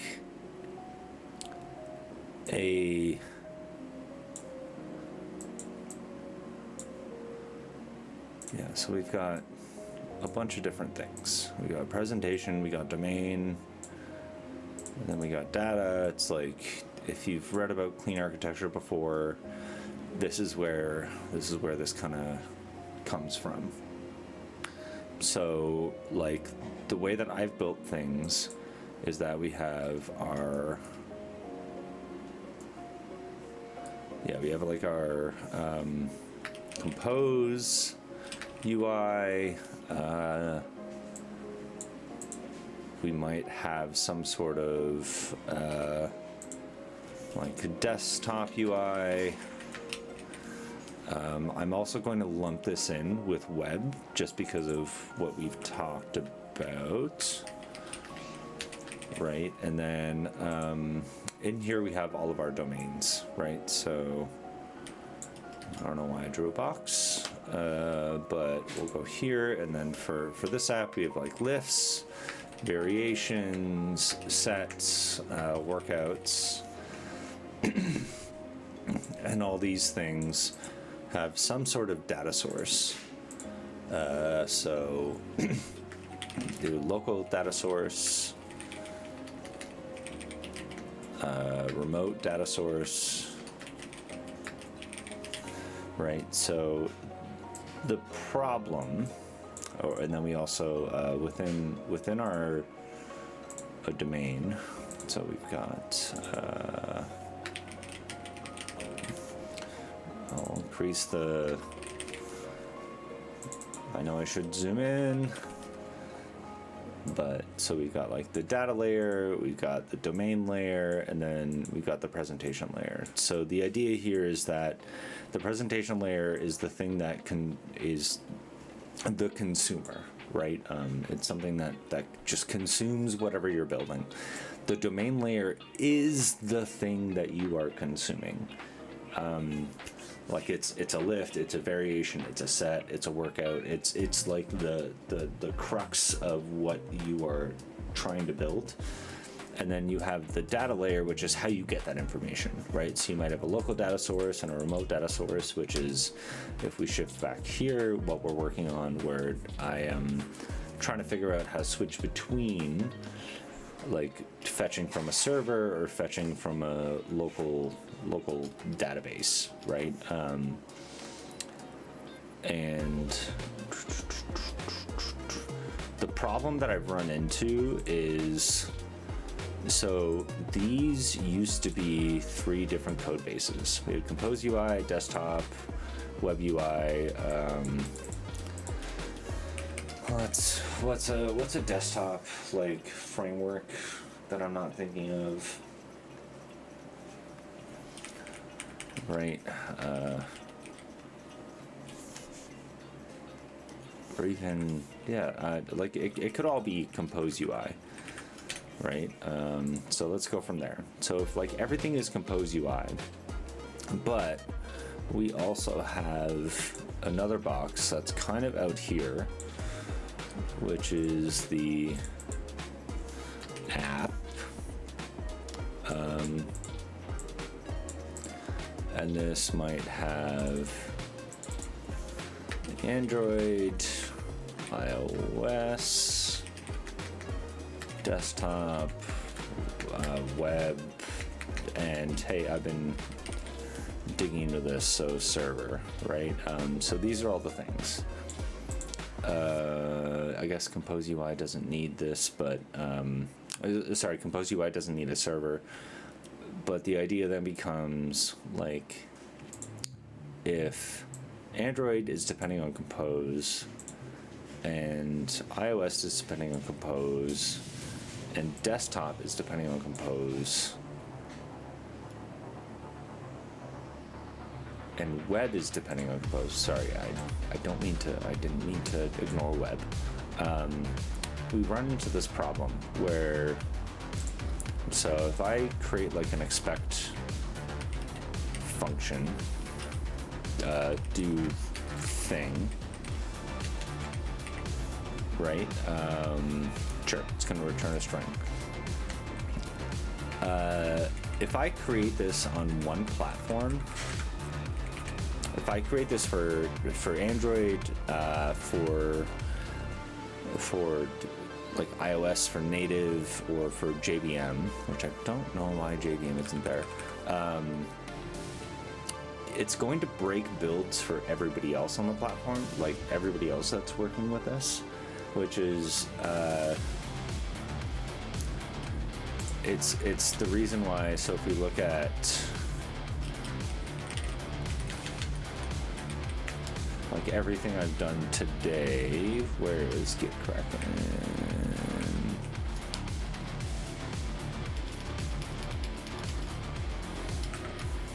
Right, everything has just been, so like I created a bunch of things and then implemented to-dos. And that becomes not like a bad thing, just something that needs to be like thought of when you're using these kind of systems, because somebody's going to implement it first. If you're using KMP, it's probably going to be Android. That has nothing to do with like if there were, I guess like Swift is kind of becoming a new multi-platform thing as well, which we'll see how it works. But like if Swift was the there's like, whenever you have a multi-platform system, there's first-class citizens and second-class citizens, and like with React Native it's web, with whatever Swift is going to be, it's going to be iOS, and then with like Kotlin multi-platform it's going to be Android, right? So somebody's going to implement it first, and then the other person is going to have to figure it out, right? So there's just like working structures that need to happen to figure out how that actually functions, right? Like the person that is the potential second-class citizen in this structure will have to be very vocal, right? And have to be very informed on what they are doing and how they're doing it, so that the other teams can know how that's actually going to like what the API is going to be and if it works for their system. So I just that was my rant. That I got on my soapbox. I got on my soapbox, and that was my soapbox. So, whew.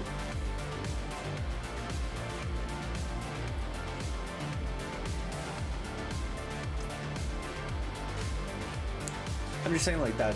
Like I'm not saying like what you're doing is like. I'm actually really. Like that's super cool that you targeted desktop Linux using KMP, and now I really want to dive into that. I'm not gonna lie. Like how does KMP, like how did you find KMP worked on Linux? I've only ever used it on Windows.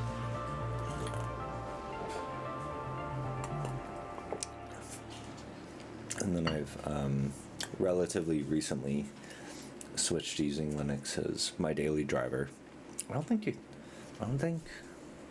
No, there's one machine in the house that is using Windows, but it's not actually using it. It was just something that exists, and yeah, no. I don't even know if it's plugged in right now. So I believe. Oh, I've become the. Do I have like? How's my? Come here. How's my neck beard going? Is it good, or do I need more?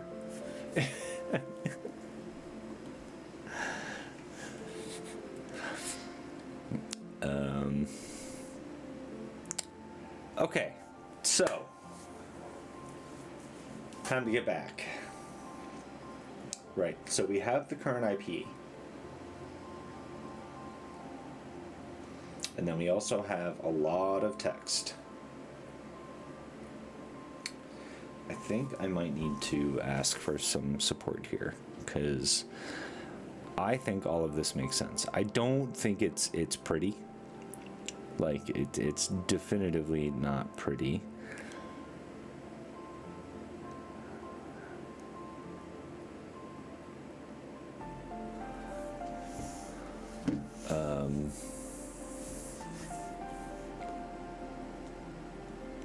But I'm just gonna ask Sarah to come upstairs to...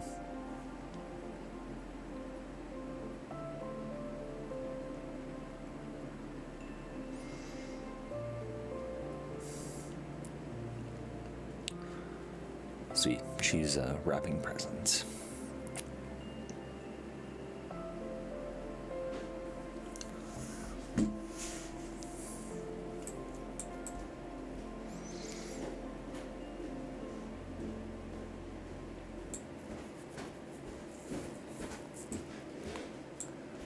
Alright, so I've got...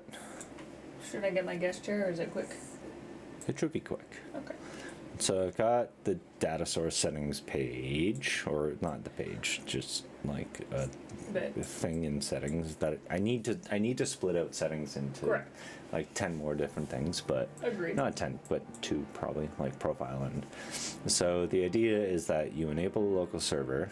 Okay, actually read this, and like, does the information make sense? Okay.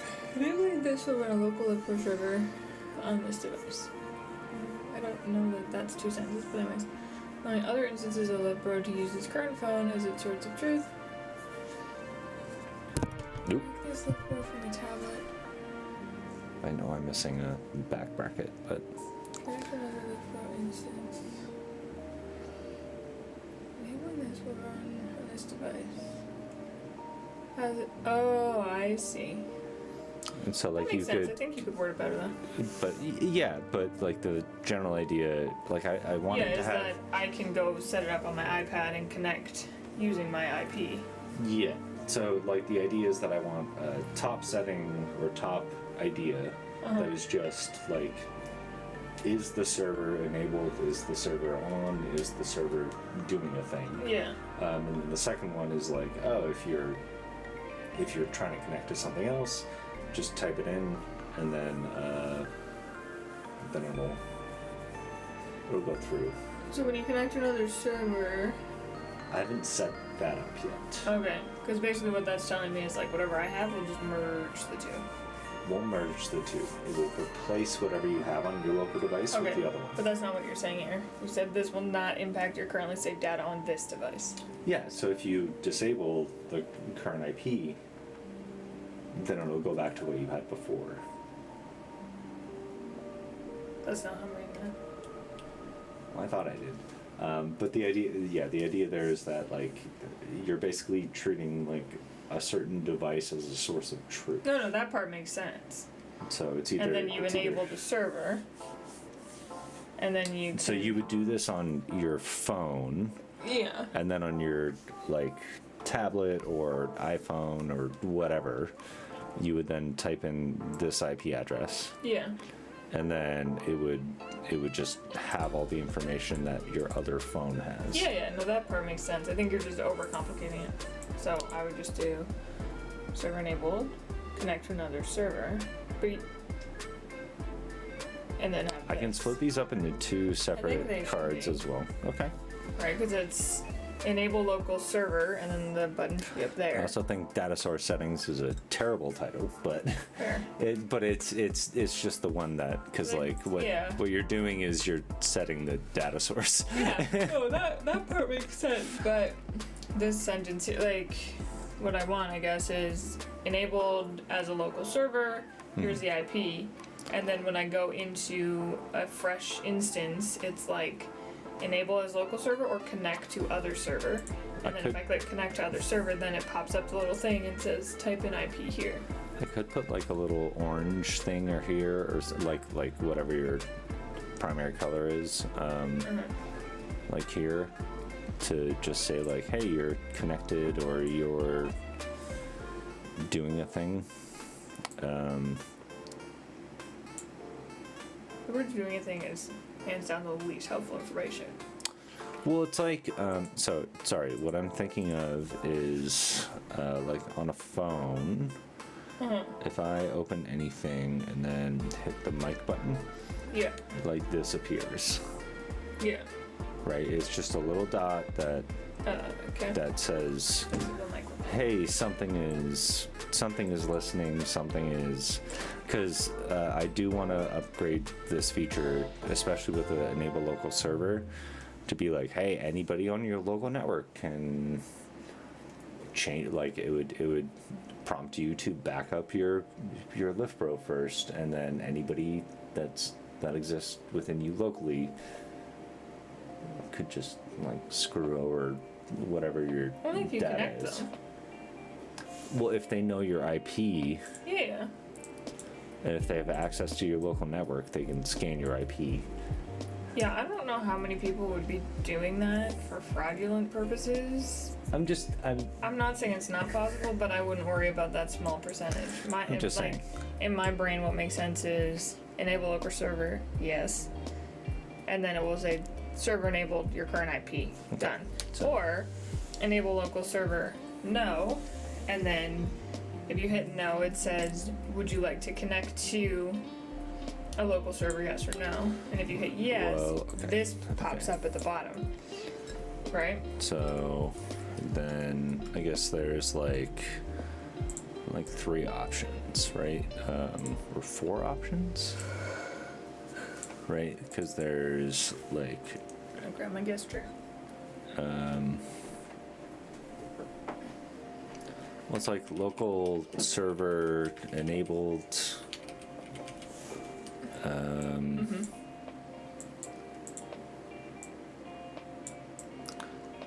Which leads to something else. Just trying to create the 4 states here. There's local server enabled. There's local disabled. There's remote enabled, which is just like you're hitting somebody else. Or your own, right? Like if I was on my tablet and I wanted the data there. Yeah. That's the. I don't know what's happening there. Typed in the box and not in a text box.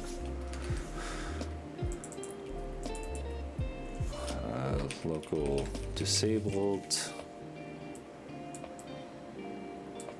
And then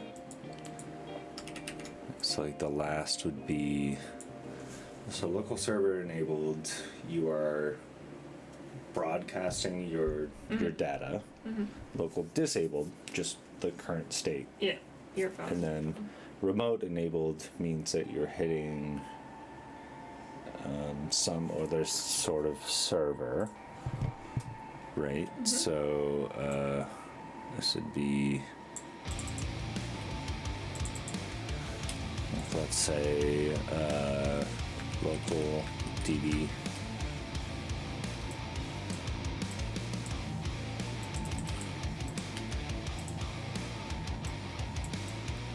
And then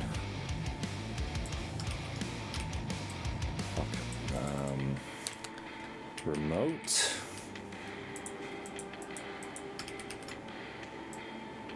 So that would be remote enabled. You hit this local disabled. You would still hit your local, yeah? Well, local local server.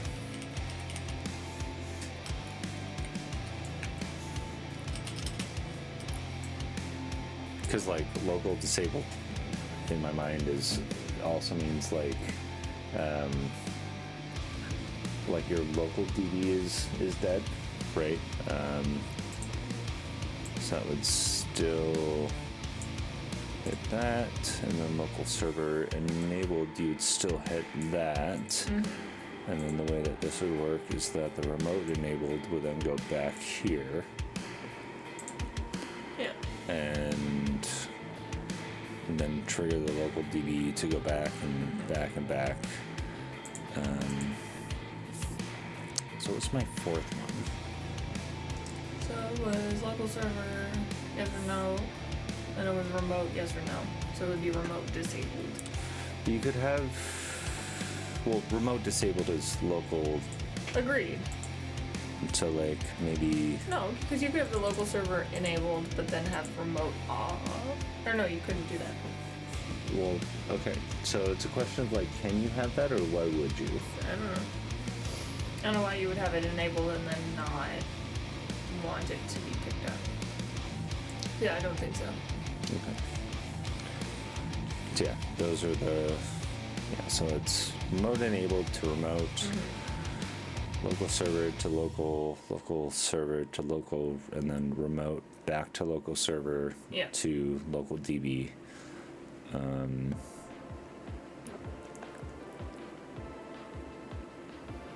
Cool. Yeah, so I think it should be a little more like user friendly flow. Enabled. Oh, I definitely like made this in a It's too complicated. in like a dev mindset, because also you need to, whatever is here, you need to type into the next Yeah. device. Yeah. So if I enable local server and that's my source of truth, I don't want all that other information. I want to remember that that's my local one.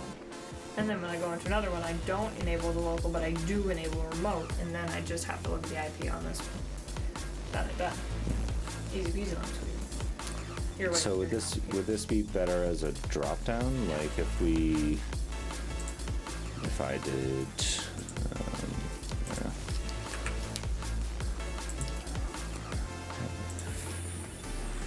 Where'd it go?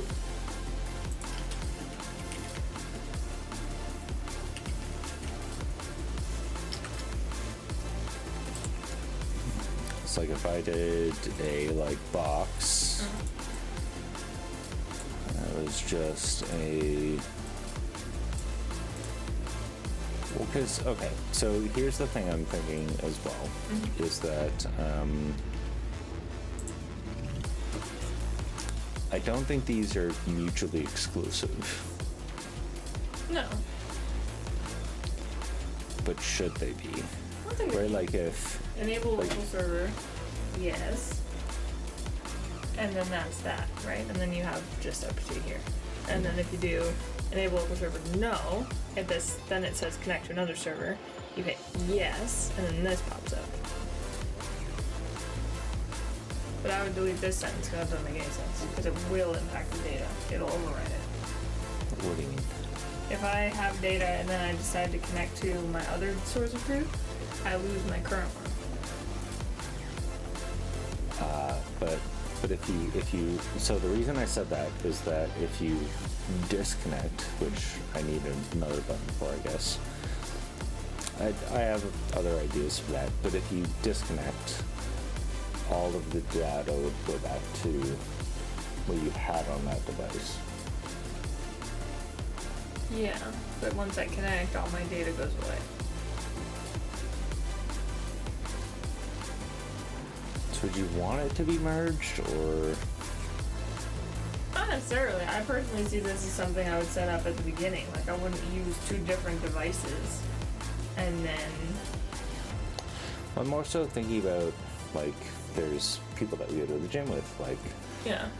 Carlo, or we got a lot of people, but like they like to put in information, but they don't necessarily, like, they like to read information but not put it in. I don't know what you mean. Like, I believe that somebody like Carlo would like to put this information into an app at some point, right? So they put things into a notebook, and then they go back to like their iPad, and Yeah, they should. right, Yeah. but then they have their phone, and so Yeah. like So then they would want them to be connected. mhm. But I don't see an instance where you, like, if you do it on both phones, it automatically merges between the two because you have a server. I think you're overcomplicating it. Well, that actually makes it like significantly more complicated. Why? Well, because Oh, like, if you hit a local server, you have to pick one device to keep it updated on? yeah, Then what's the point of the two devices? because my idea was that like somebody would want to just like look at their information. Well, so if you update it on one, Uh-huh. if they're connected, Yeah. it will update both. Yeah. That's fine. Yeah. Yeah. That's what I mean. I think you're just overcomplicating it. Hmm. But you can't say it will not impact the current data. It would impact the current data. It would connect you to the other server, Yeah. and that data Yeah. would disappear. So that's not a... But if you that's it. turned it off, and then it would. Yeah, it would still be there, but... Hmm. But I don't know that that makes sense. That's fair. I'm just trying to figure out. Hello. Hello, Selector Z Corno. We're trying to figure out just some UX, UI, and just like data flows with sharing data across a bunch of different devices.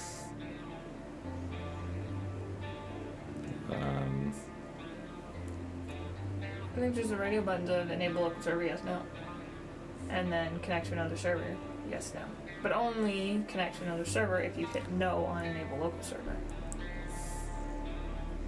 I mean, they could be. You could do either, but You can't be the local server and connect to another server. well, you could have like a local database.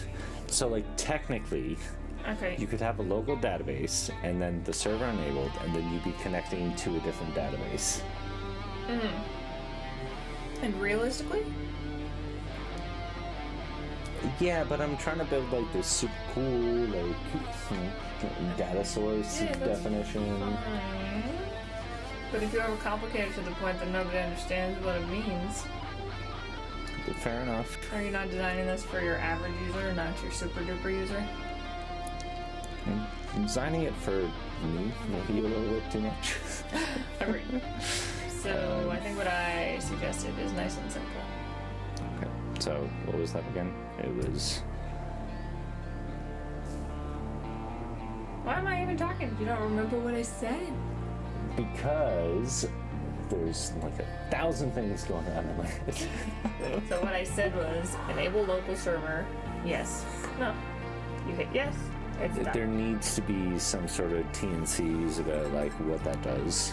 Yeah, no, that's Because fine. enabling the local server. Yeah, you can still leave this. I'm not saying not to leave it, but put enable or not, like yes or no. And then once you hit yes, this isn't here. Okay. But then if you hit no, then this pops up. Connect to another server, yes or no. No, but if you have a server enabled, you wouldn't want to connect to the server. It would be I know, that's what I just said. So don't bring this up if they say yes. okay. If they Understood. say enable local Understood. server no, then this comes up and it says connect to another server, yes or no. And then if they hit yes, this pops up here and they can get the IP from the local server. Mhm. And if they hit no, nothing happens. If they're gonna hit no and no, I suspect they wouldn't be on this page at all. Well, like all of me now wants to build like a multicast, like HTTP. So like you can build something where so anybody on your local network. So like for Steve, for example, which is my local server, I just type in steve.local or Yeah. martin.local. Yeah. So I could also do a multicast of liftbro.local. For yourself.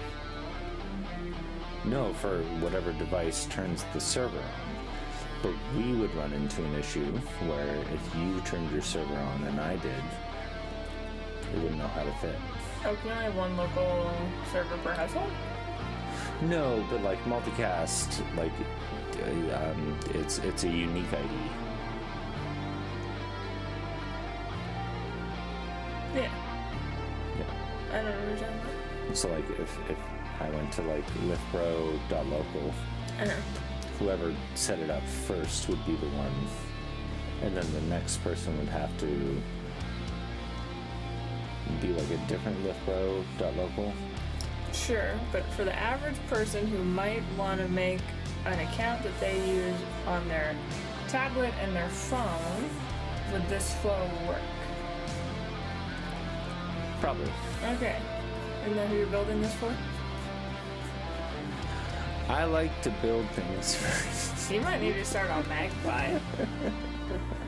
You can't overly complicate Lyft, bro. It's not over complicating it. And it... Don't get me wrong, I think it's a great feature. Because if I did want to, like, use my tablet for things... You're gonna release the game. You're sleepy right now. That's fine. The game, the app is already released. Depending on where you are. Oh, it's 1 a.m. Might not be released there. But if you let me know where it is, I can. India. Yeah, I think that's fine. I'll just have to, because I do have a like payment thing that I need to figure out with India, but yeah, that sounds great.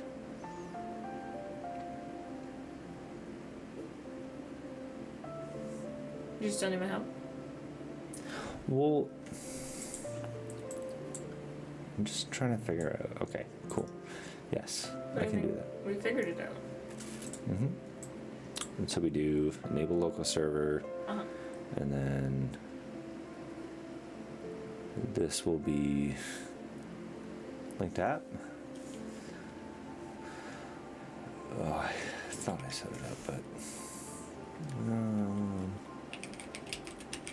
you iOS or Android? No, actually, no. I forgot Easy that peasy. I made that. Yeah, there we go. Easy peasy. Yeah. I think it's that simple because otherwise this is a lot of information that is super confusing and might lead to people duping up. What do you mean by Well, that? if all this is on one thing, this to me should not pop up unless I am not a local server. If I am a local server, I don't need it. Right. Well, this would. No, I know, I But like if you understand. To here. connect. Okay. And then yeah.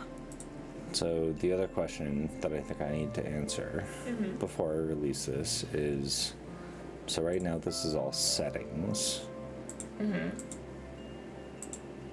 So maybe, like I think you mentioned like a profile, or like I could do like a navigation page out this way, Mm-hmm.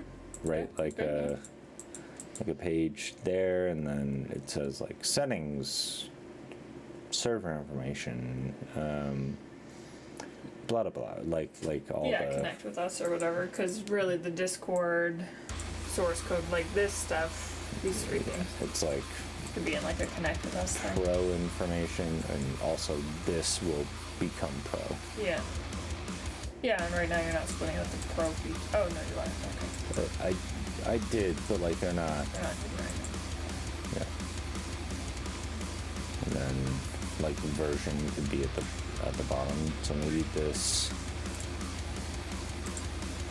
just becomes a page, like a side page of just different things that you. Yeah, me too. Mhm. Lots to do. Did you fix the workouts? No. But anyways, I like that flow. I just think it needs to be two separate flows. Okay. Or one flow behind yes and no questions. Yeah, because in theory you could set up like your own server on your phone and then hook up to the phone on that own phone. What? You said server on the phone and then connect to the phone on the phone? Yeah, you could.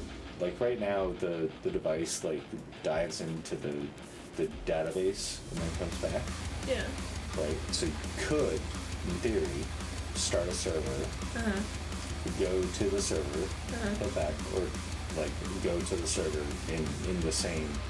There's no like API, but it could just like go to the same server, and then go to the database, come back, and. What? Why? I'm just saying people could do that. Why? I don't know, but it could be a fun reason. Maybe they wanna. Oh, you know what? People could want to build like a middleware, Sure. right? Like so when I was working at companies, they would want other companies to be able to like inject data and parse data in between those things. Not that this app needs it. No, I think you're overcomplicating it. I just like thinking about this. This is why you think too much. Yeah, the middleware could be a good, because then it could be like bridging point, be like another domain layer, right? Like People can manually add activity and track it. And just tracking exercise, but other habits like drinking enough water, eating healthy food. I don't think that you would do that. I mean, you could.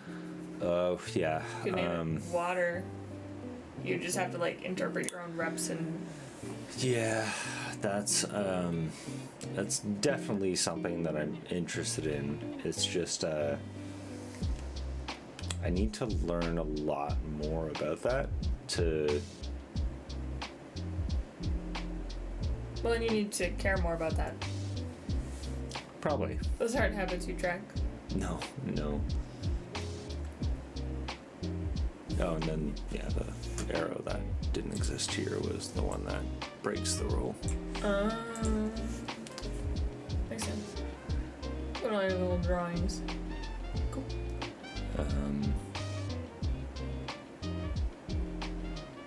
Wait. Maybe Mongo. So I don't. Oh, okay. Database week complex. Maybe Mongo. I'm not against that. I don't. The key thing here is that I don't have a back-end database. Everything is local. And as of right now, I don't know of a way to build MongoDB on like a phone or something. Like it can happen on like desktop or web-ish. Like if you think about like local storage as like MongoDB, I don't think that's correct, but it's a thing. It's a thing. I've seen it.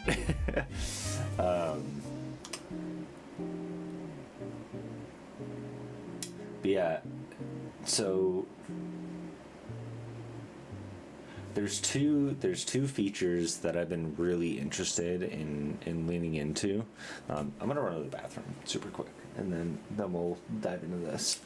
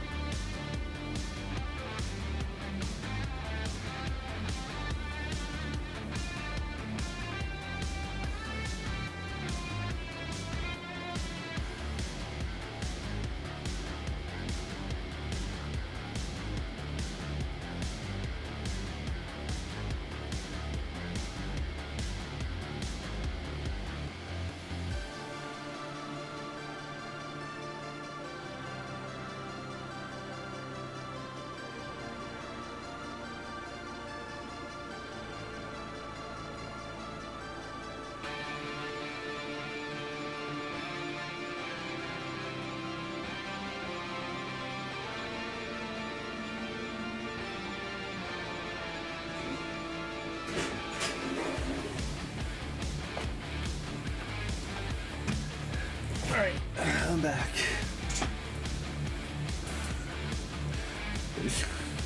All right, I'll wait.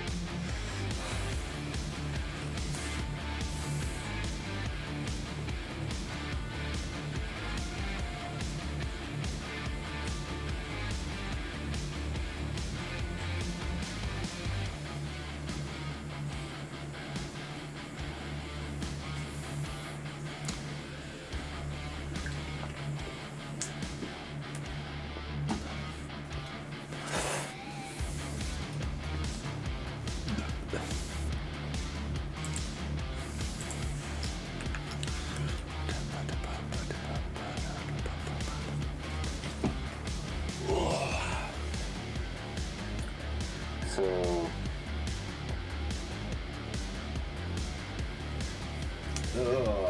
like what are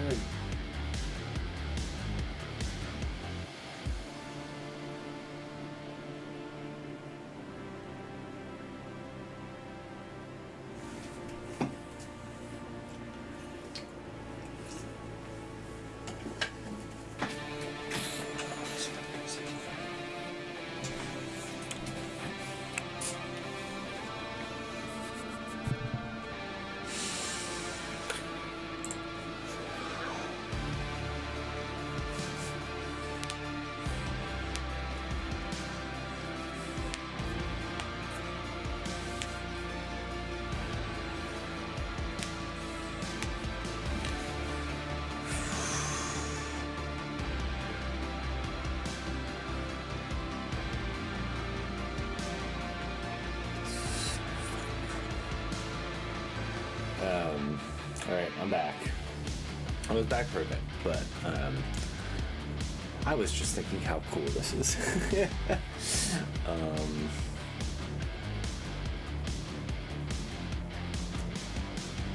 So, okay,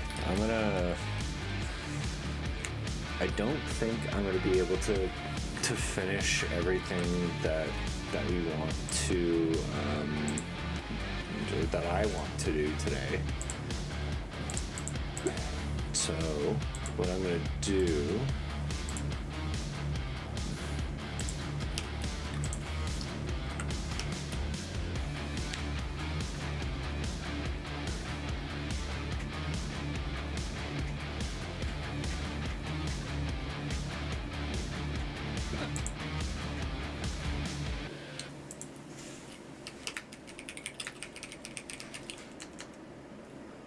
Okay, so I'm gonna create. Oh, hello. I haven't started again. I'm just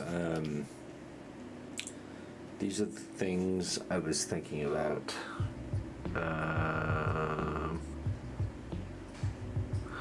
So like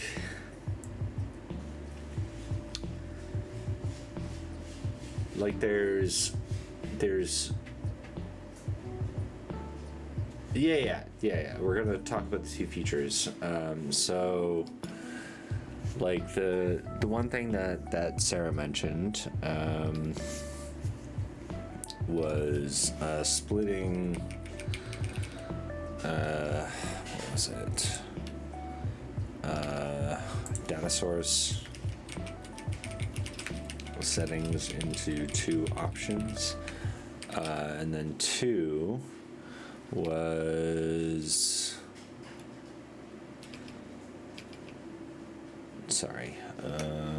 you mentioned drinking water. Ooh. Like other sort of metrics like drinking water and healthy food. So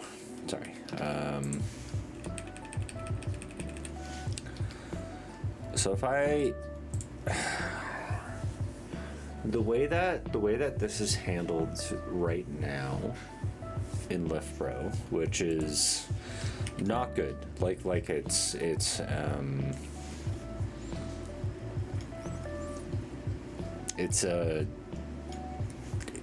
like a secondary metric. Yeah, so the way that this is handled right now is there's a notes field on like a set, and then there's also like variation notes. Yes. And then as well there's workout. There's like warm up and finisher. There probably should be notes there.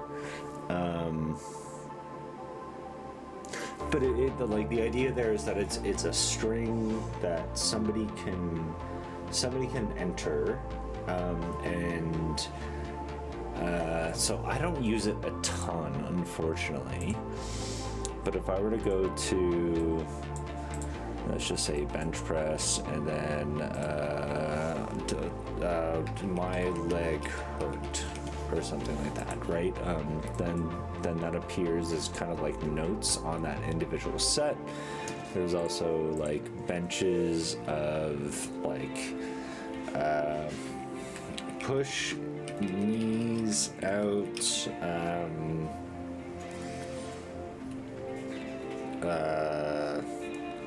keep strong or something like that, right? And then I don't think those, that might not be saving properly. But yeah, manually adding what they want, I really like that idea.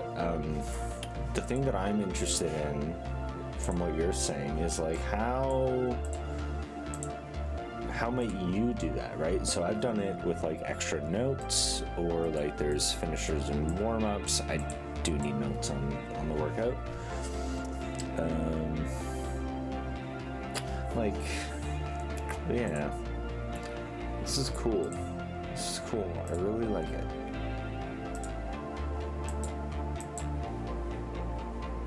also a bad page, but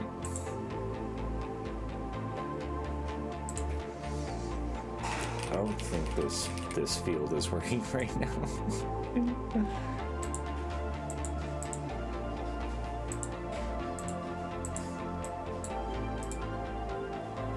then if I go back, yeah, no, that field is not working right now. So there's kind of like two ways of doing that in my mind.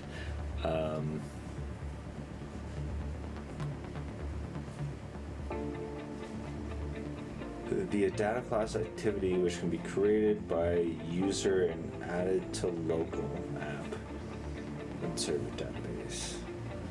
Okay, like an activity. Yeah. No, that I like that. I like that term. So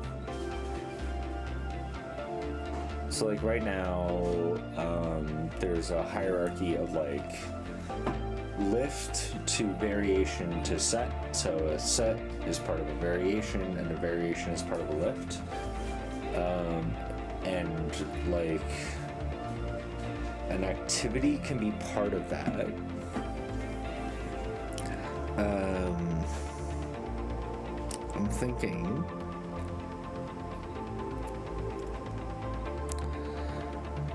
I'm thinking that activity can be. Is it like a bigger group, or like an activity?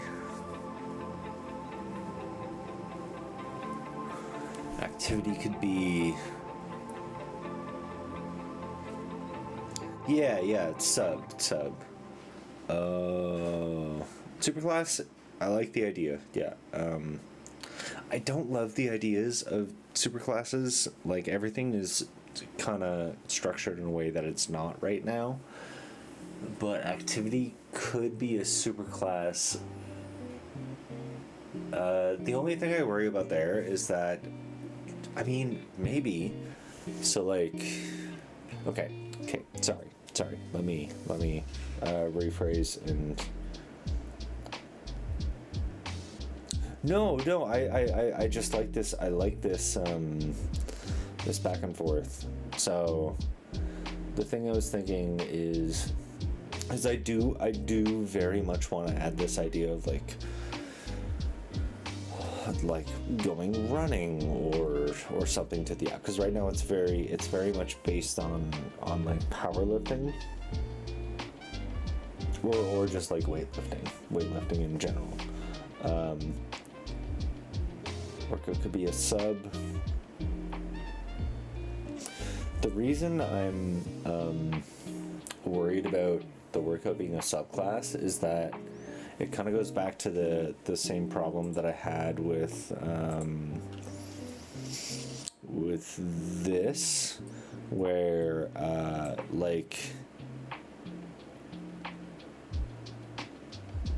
so if we had, say, like I'm just going to change this a bit. If we had, say, like workout, and then like a running workout, I don't know what that looks like. And then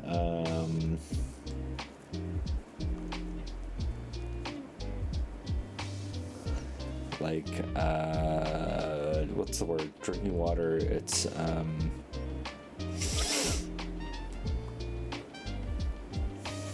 what's the word? Hydration.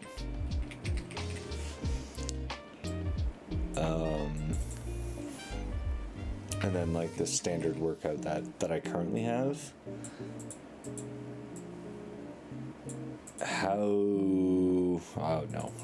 Workout is let's say powerlifting. I'm not sure how these three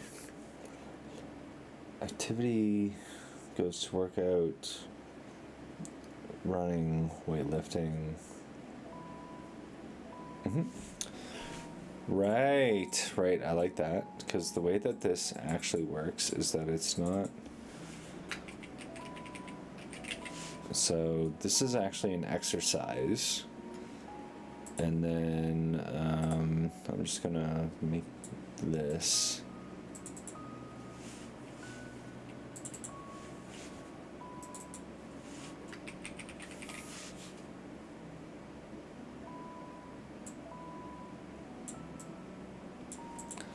And then this is a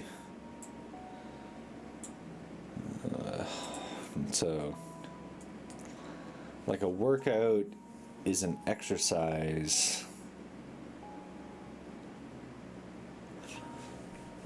And then maybe lifting is something else, and then hydration is different. That could be something that feeds in elsewhere. Activity, hydration, drinking water.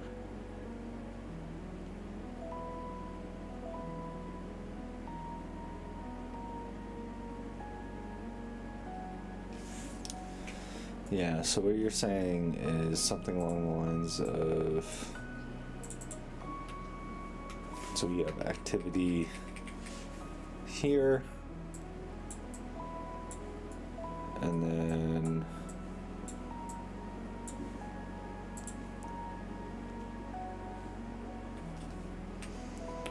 so activity goes up to workout, which could be exercise of, I know, like I'm kind of changing what you're saying, but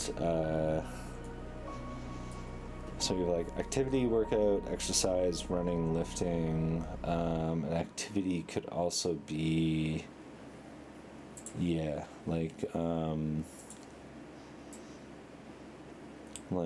hydration.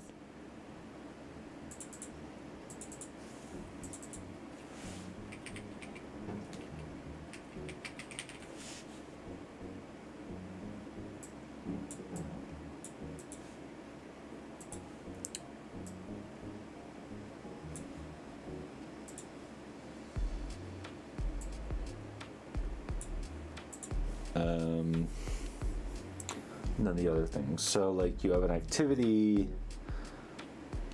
that is a workout. I made the wrong, sorry. Come on.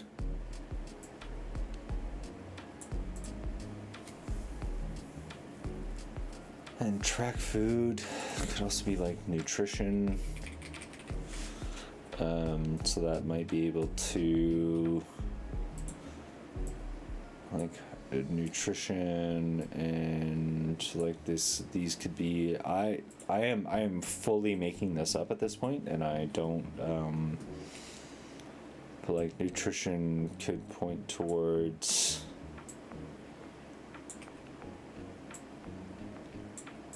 like you could have hydration here. You could point towards something like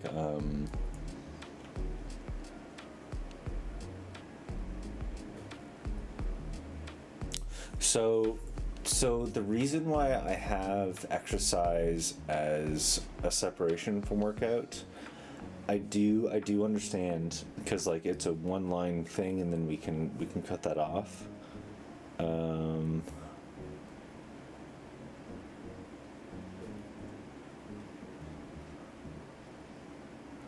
The reason I have that difference is I'm not really representing this great here, but this is a, so maybe I'm wrong here.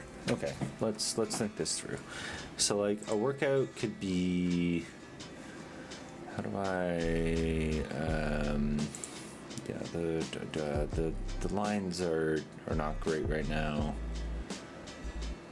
I just wanted like a one-to-many, right? So like a workout can have one-to-many exercises, and then a exercise can have one-to-many lifts, right? So I might be a person that is doing like a squat And then an exercise might also have a squat and a like bench press.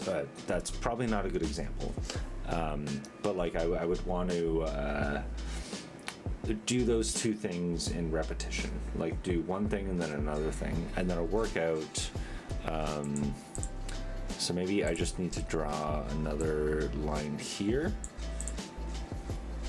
right where I forget how to do this in Excalidraw.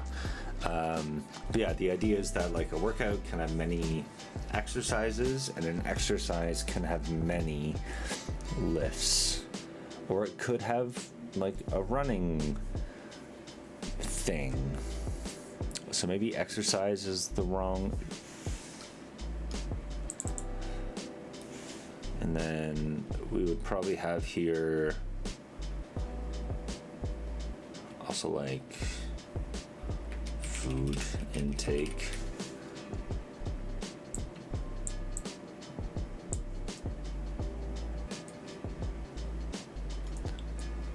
So we have an activity which can be like you eating something,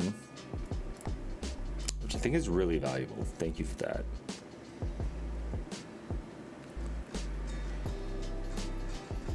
But yeah, workout is one-to-many with exercise. Here's an example. So if I go to the workout screen and I start a workout on a random day, I can add an exercise, let's say a regular deadlift, and then I superset with barbell rows, and then I add another exercise with close grip floor press, and then I superset that with Romanian deadlift. Right, so I would do these two in tandem, and then these two in tandem.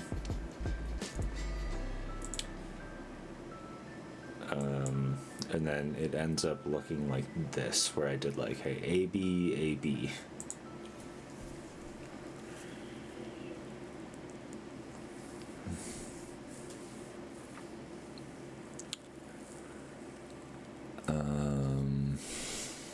Shit.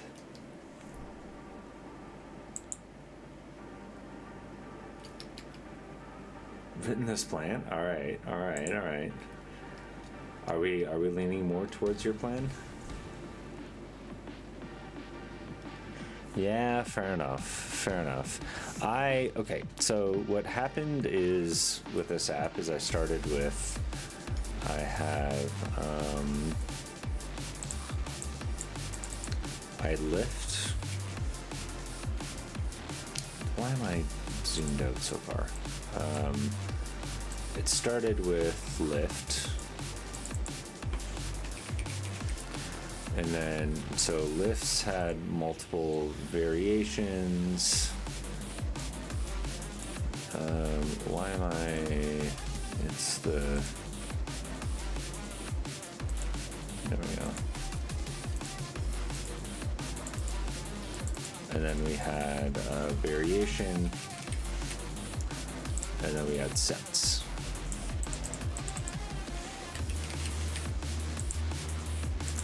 So it was a like one-to-many on each of these, and then basically like this is the structure of the app. This was the structure of Lift Pro, right? So you have a lift, which might be like squat, and then you have like front squat, back squat, Zercher, something like that. Then you had variations, which would be the front Zercher, back, and then you had sets, which would be like the actual weights you were lifting. And then that kind of turned into this workout system where these other objects just really feed into, right? So like a set is part of a workout, and a set is part of a variation. Oh, sorry, a variation is part of. and that's where this like workout system kind of came into, right? Where you have lifts, variation sets, those now feed into workouts. But I also I'm not gonna lie, I really like this idea of having like two separate, almost like three separate systems. Or actually, yeah, no, these don't map into workouts. I'm wrong. These map into lifting.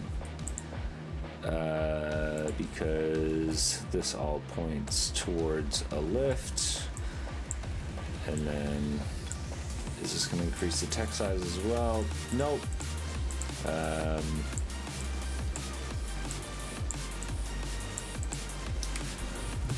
So maybe like I'm kind of liking this more.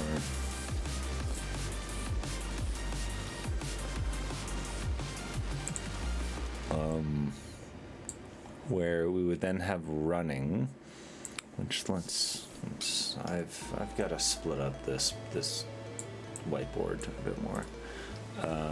So then running might have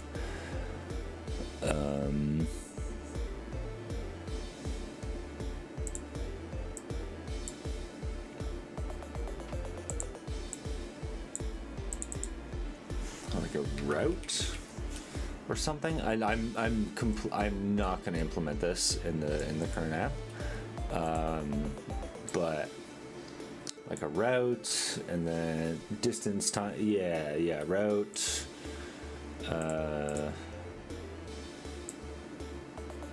Because it would be a route, and then, well, that's the same kind of idea where.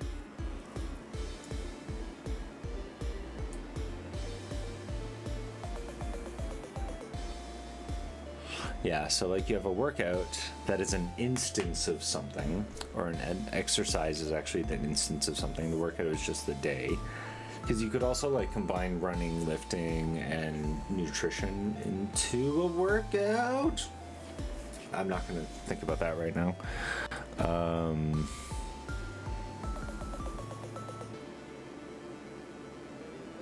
No, I'm not at all. I'm not at all. We are like heavy future thinking at this point. We've gone off. We have left the wheelhouse of planning that I was doing today, and I am in like full like architecture drawing mode.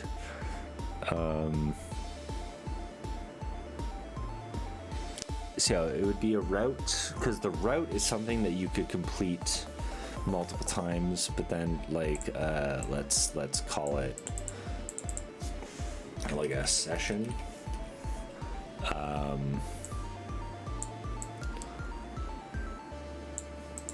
Which would include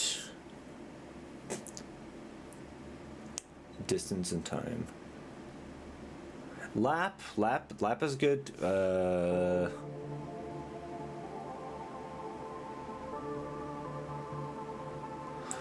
Well, like, would lap be,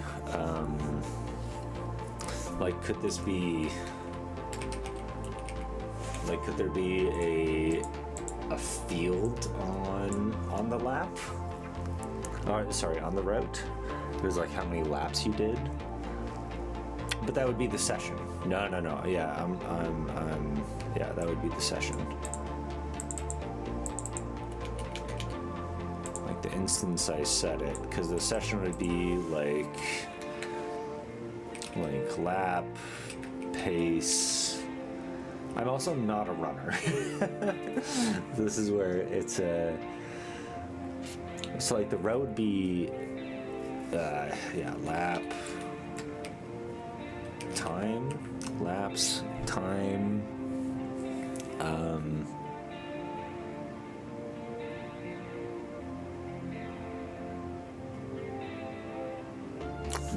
I have to, if I don't change that for my trainer, she'll be mad. But then like a route,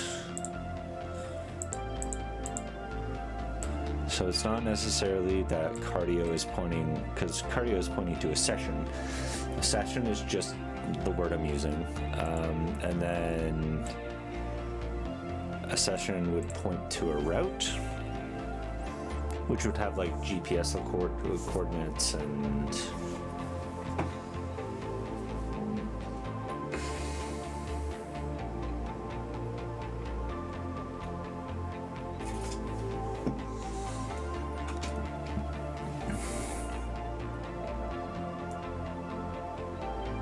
but so then okay let's bring this all together. So what we could do then is we have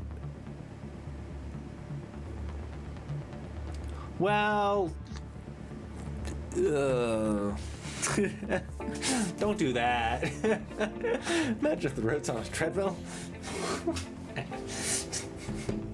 I don't want to say asshole, but also like asshole. I'm kidding.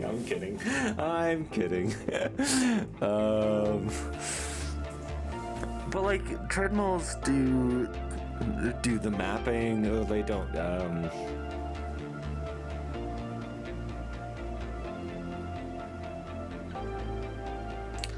Is it just a session then? Like, what's the difference between a route and a?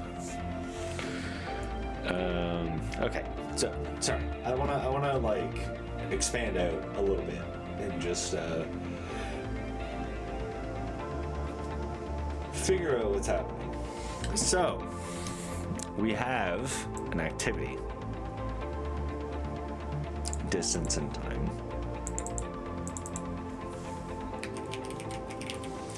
All right. You're correct. Because like laps would be.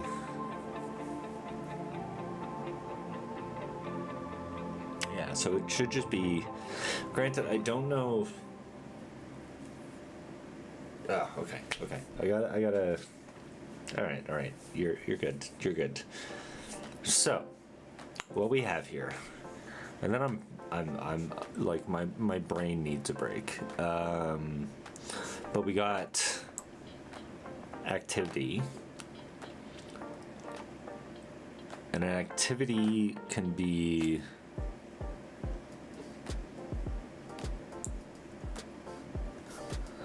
Alright, I'm gonna see if what Sarah thinks about this as well. Nah. It's like we got an activity which can be a workout, or it like an activity has a workout, and workouts has exercises, and exercises can have lifting or cardio. There's also like a potential third one here, which is like body weight, which is already in Lift Pro, but it's not in a good spot, so there's also potential there. But an activity can have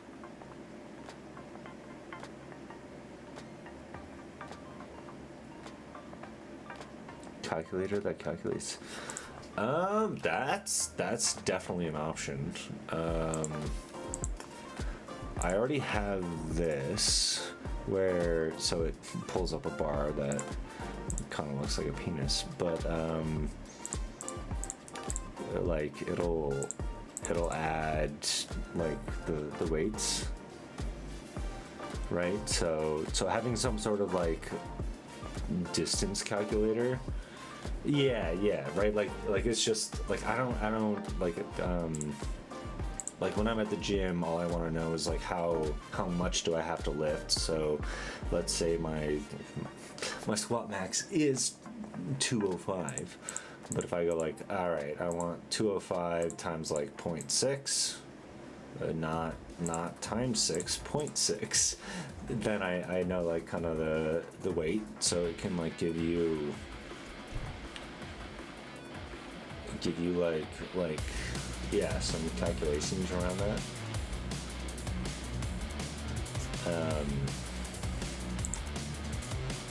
Yeah, being able to do something like that.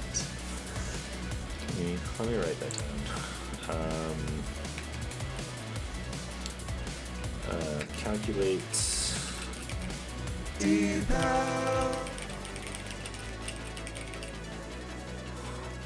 Thank you for the follow, Vidya. Vida? I don't know why I added the Y there. My bad. Yeah, so there's definitely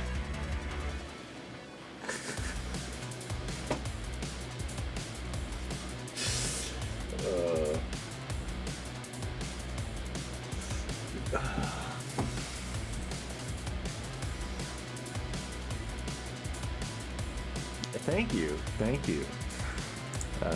I appreciate it.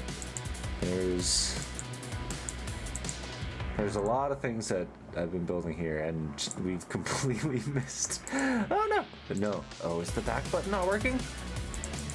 Okay, no, it is.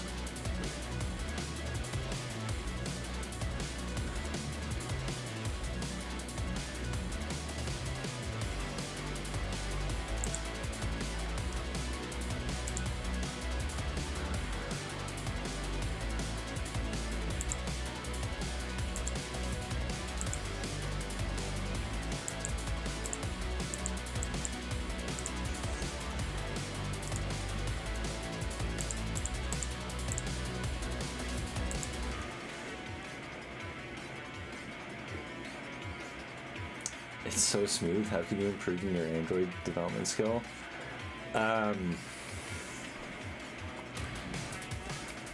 My best answer is like, okay, I need to switch to webcam for this. My best answer is constantly look at other apps that you love and try to replicate them. Like a lot of what I did, especially this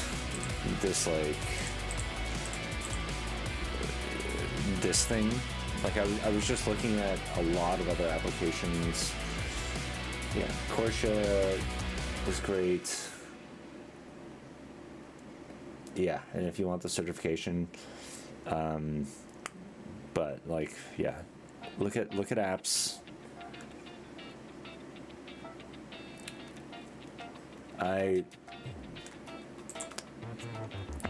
Yeah, that's my suggestion. I'm not gonna lie, I also do like. Do y'all want to get into the weird shit about this app? All right. So I don't actually use view models anywhere. Now I get to do my thing. So I use my own custom implementation called Interactors, which basically is just a like MVI system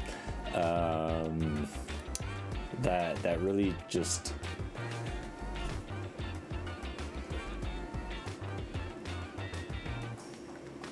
sessions for beginners. If you already code, then do make a plan for app and develop and find out new things. Yes, 1000%. And if you the thing that is going to I think it would help me so much is like trying to figure out like what the nitty-gritty problems were in actual like development. Learning best practices is extremely good. I'm not going to harp on that whatsoever, but I would say like learning how view models work, learning how they maintain state across configuration changes. Like those are things that are going to elevate you from like good to incredible. And then yeah, like Selector Z Corner said, like figure out and this is honestly like one of the hardest parts, is find something,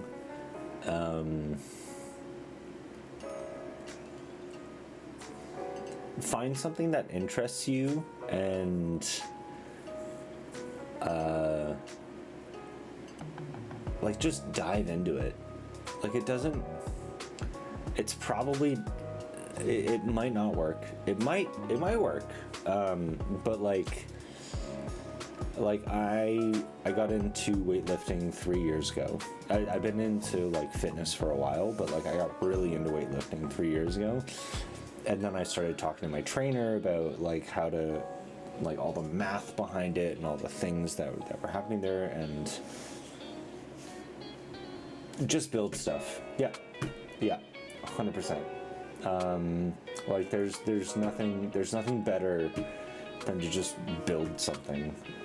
If it doesn't, like you've still learned, like you might have like dove into a new library or something, or yeah, just build stuff. Just build stuff. I could not agree with that more. Oh yeah. Yeah. Those are the good things. Those are the good ones.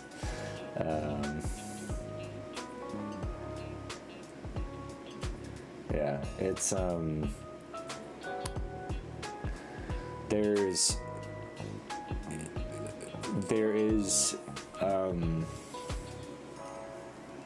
there's nothing better.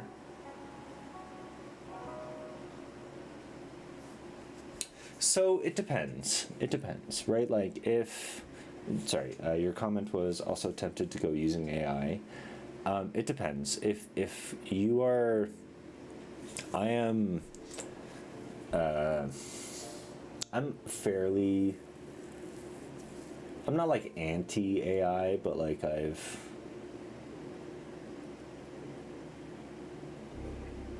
yes, selector Z corner, right? Like, the prompt should teach you, not solve the problem.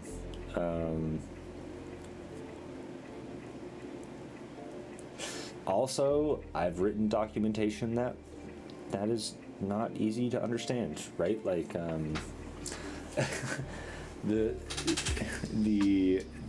thing with documentation is that it's written by engineers, and we are historically not great writers.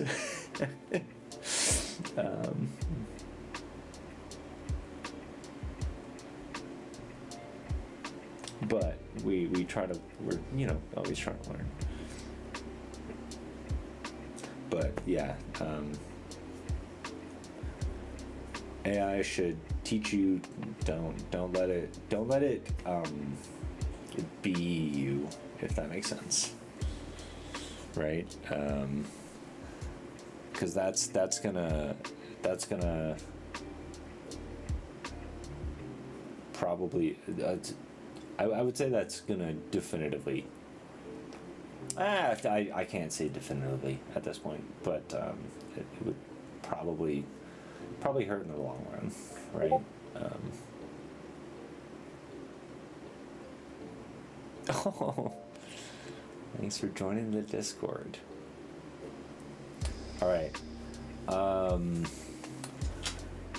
My brain hurts quite a bit from today, so I think I'm going to sign off a little bit early, but thank you all for joining.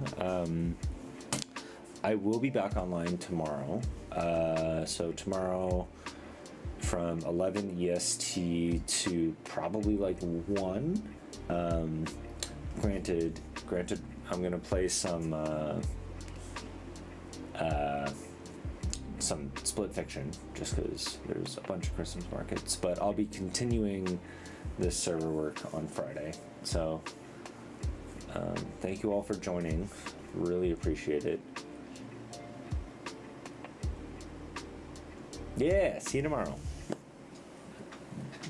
I can't fist bump your fist bump over here, but like it's over here, so I gotta like do this. But yeah, thank you for joining, and yeah, see you all tomorrow, Friday, whatever. And as always, see you on the battlefield. Join the Discord, join the fun, join the whatever. Hope you all had a great time. And just gotta break the camera. Yeah, no. Not doing that. So yeah, tomorrow's Split Fiction. Friday, there's no gaming plans for this week, but if anybody has any gaming suggestions for next week, I'd love to hear them. But see you all, and have a great rest of your fantastic rest of your Wednesday. I'm gonna go work out in a little bit and see what changes I made broke. So thank you all, and as always, see you on the battlefield. Bye.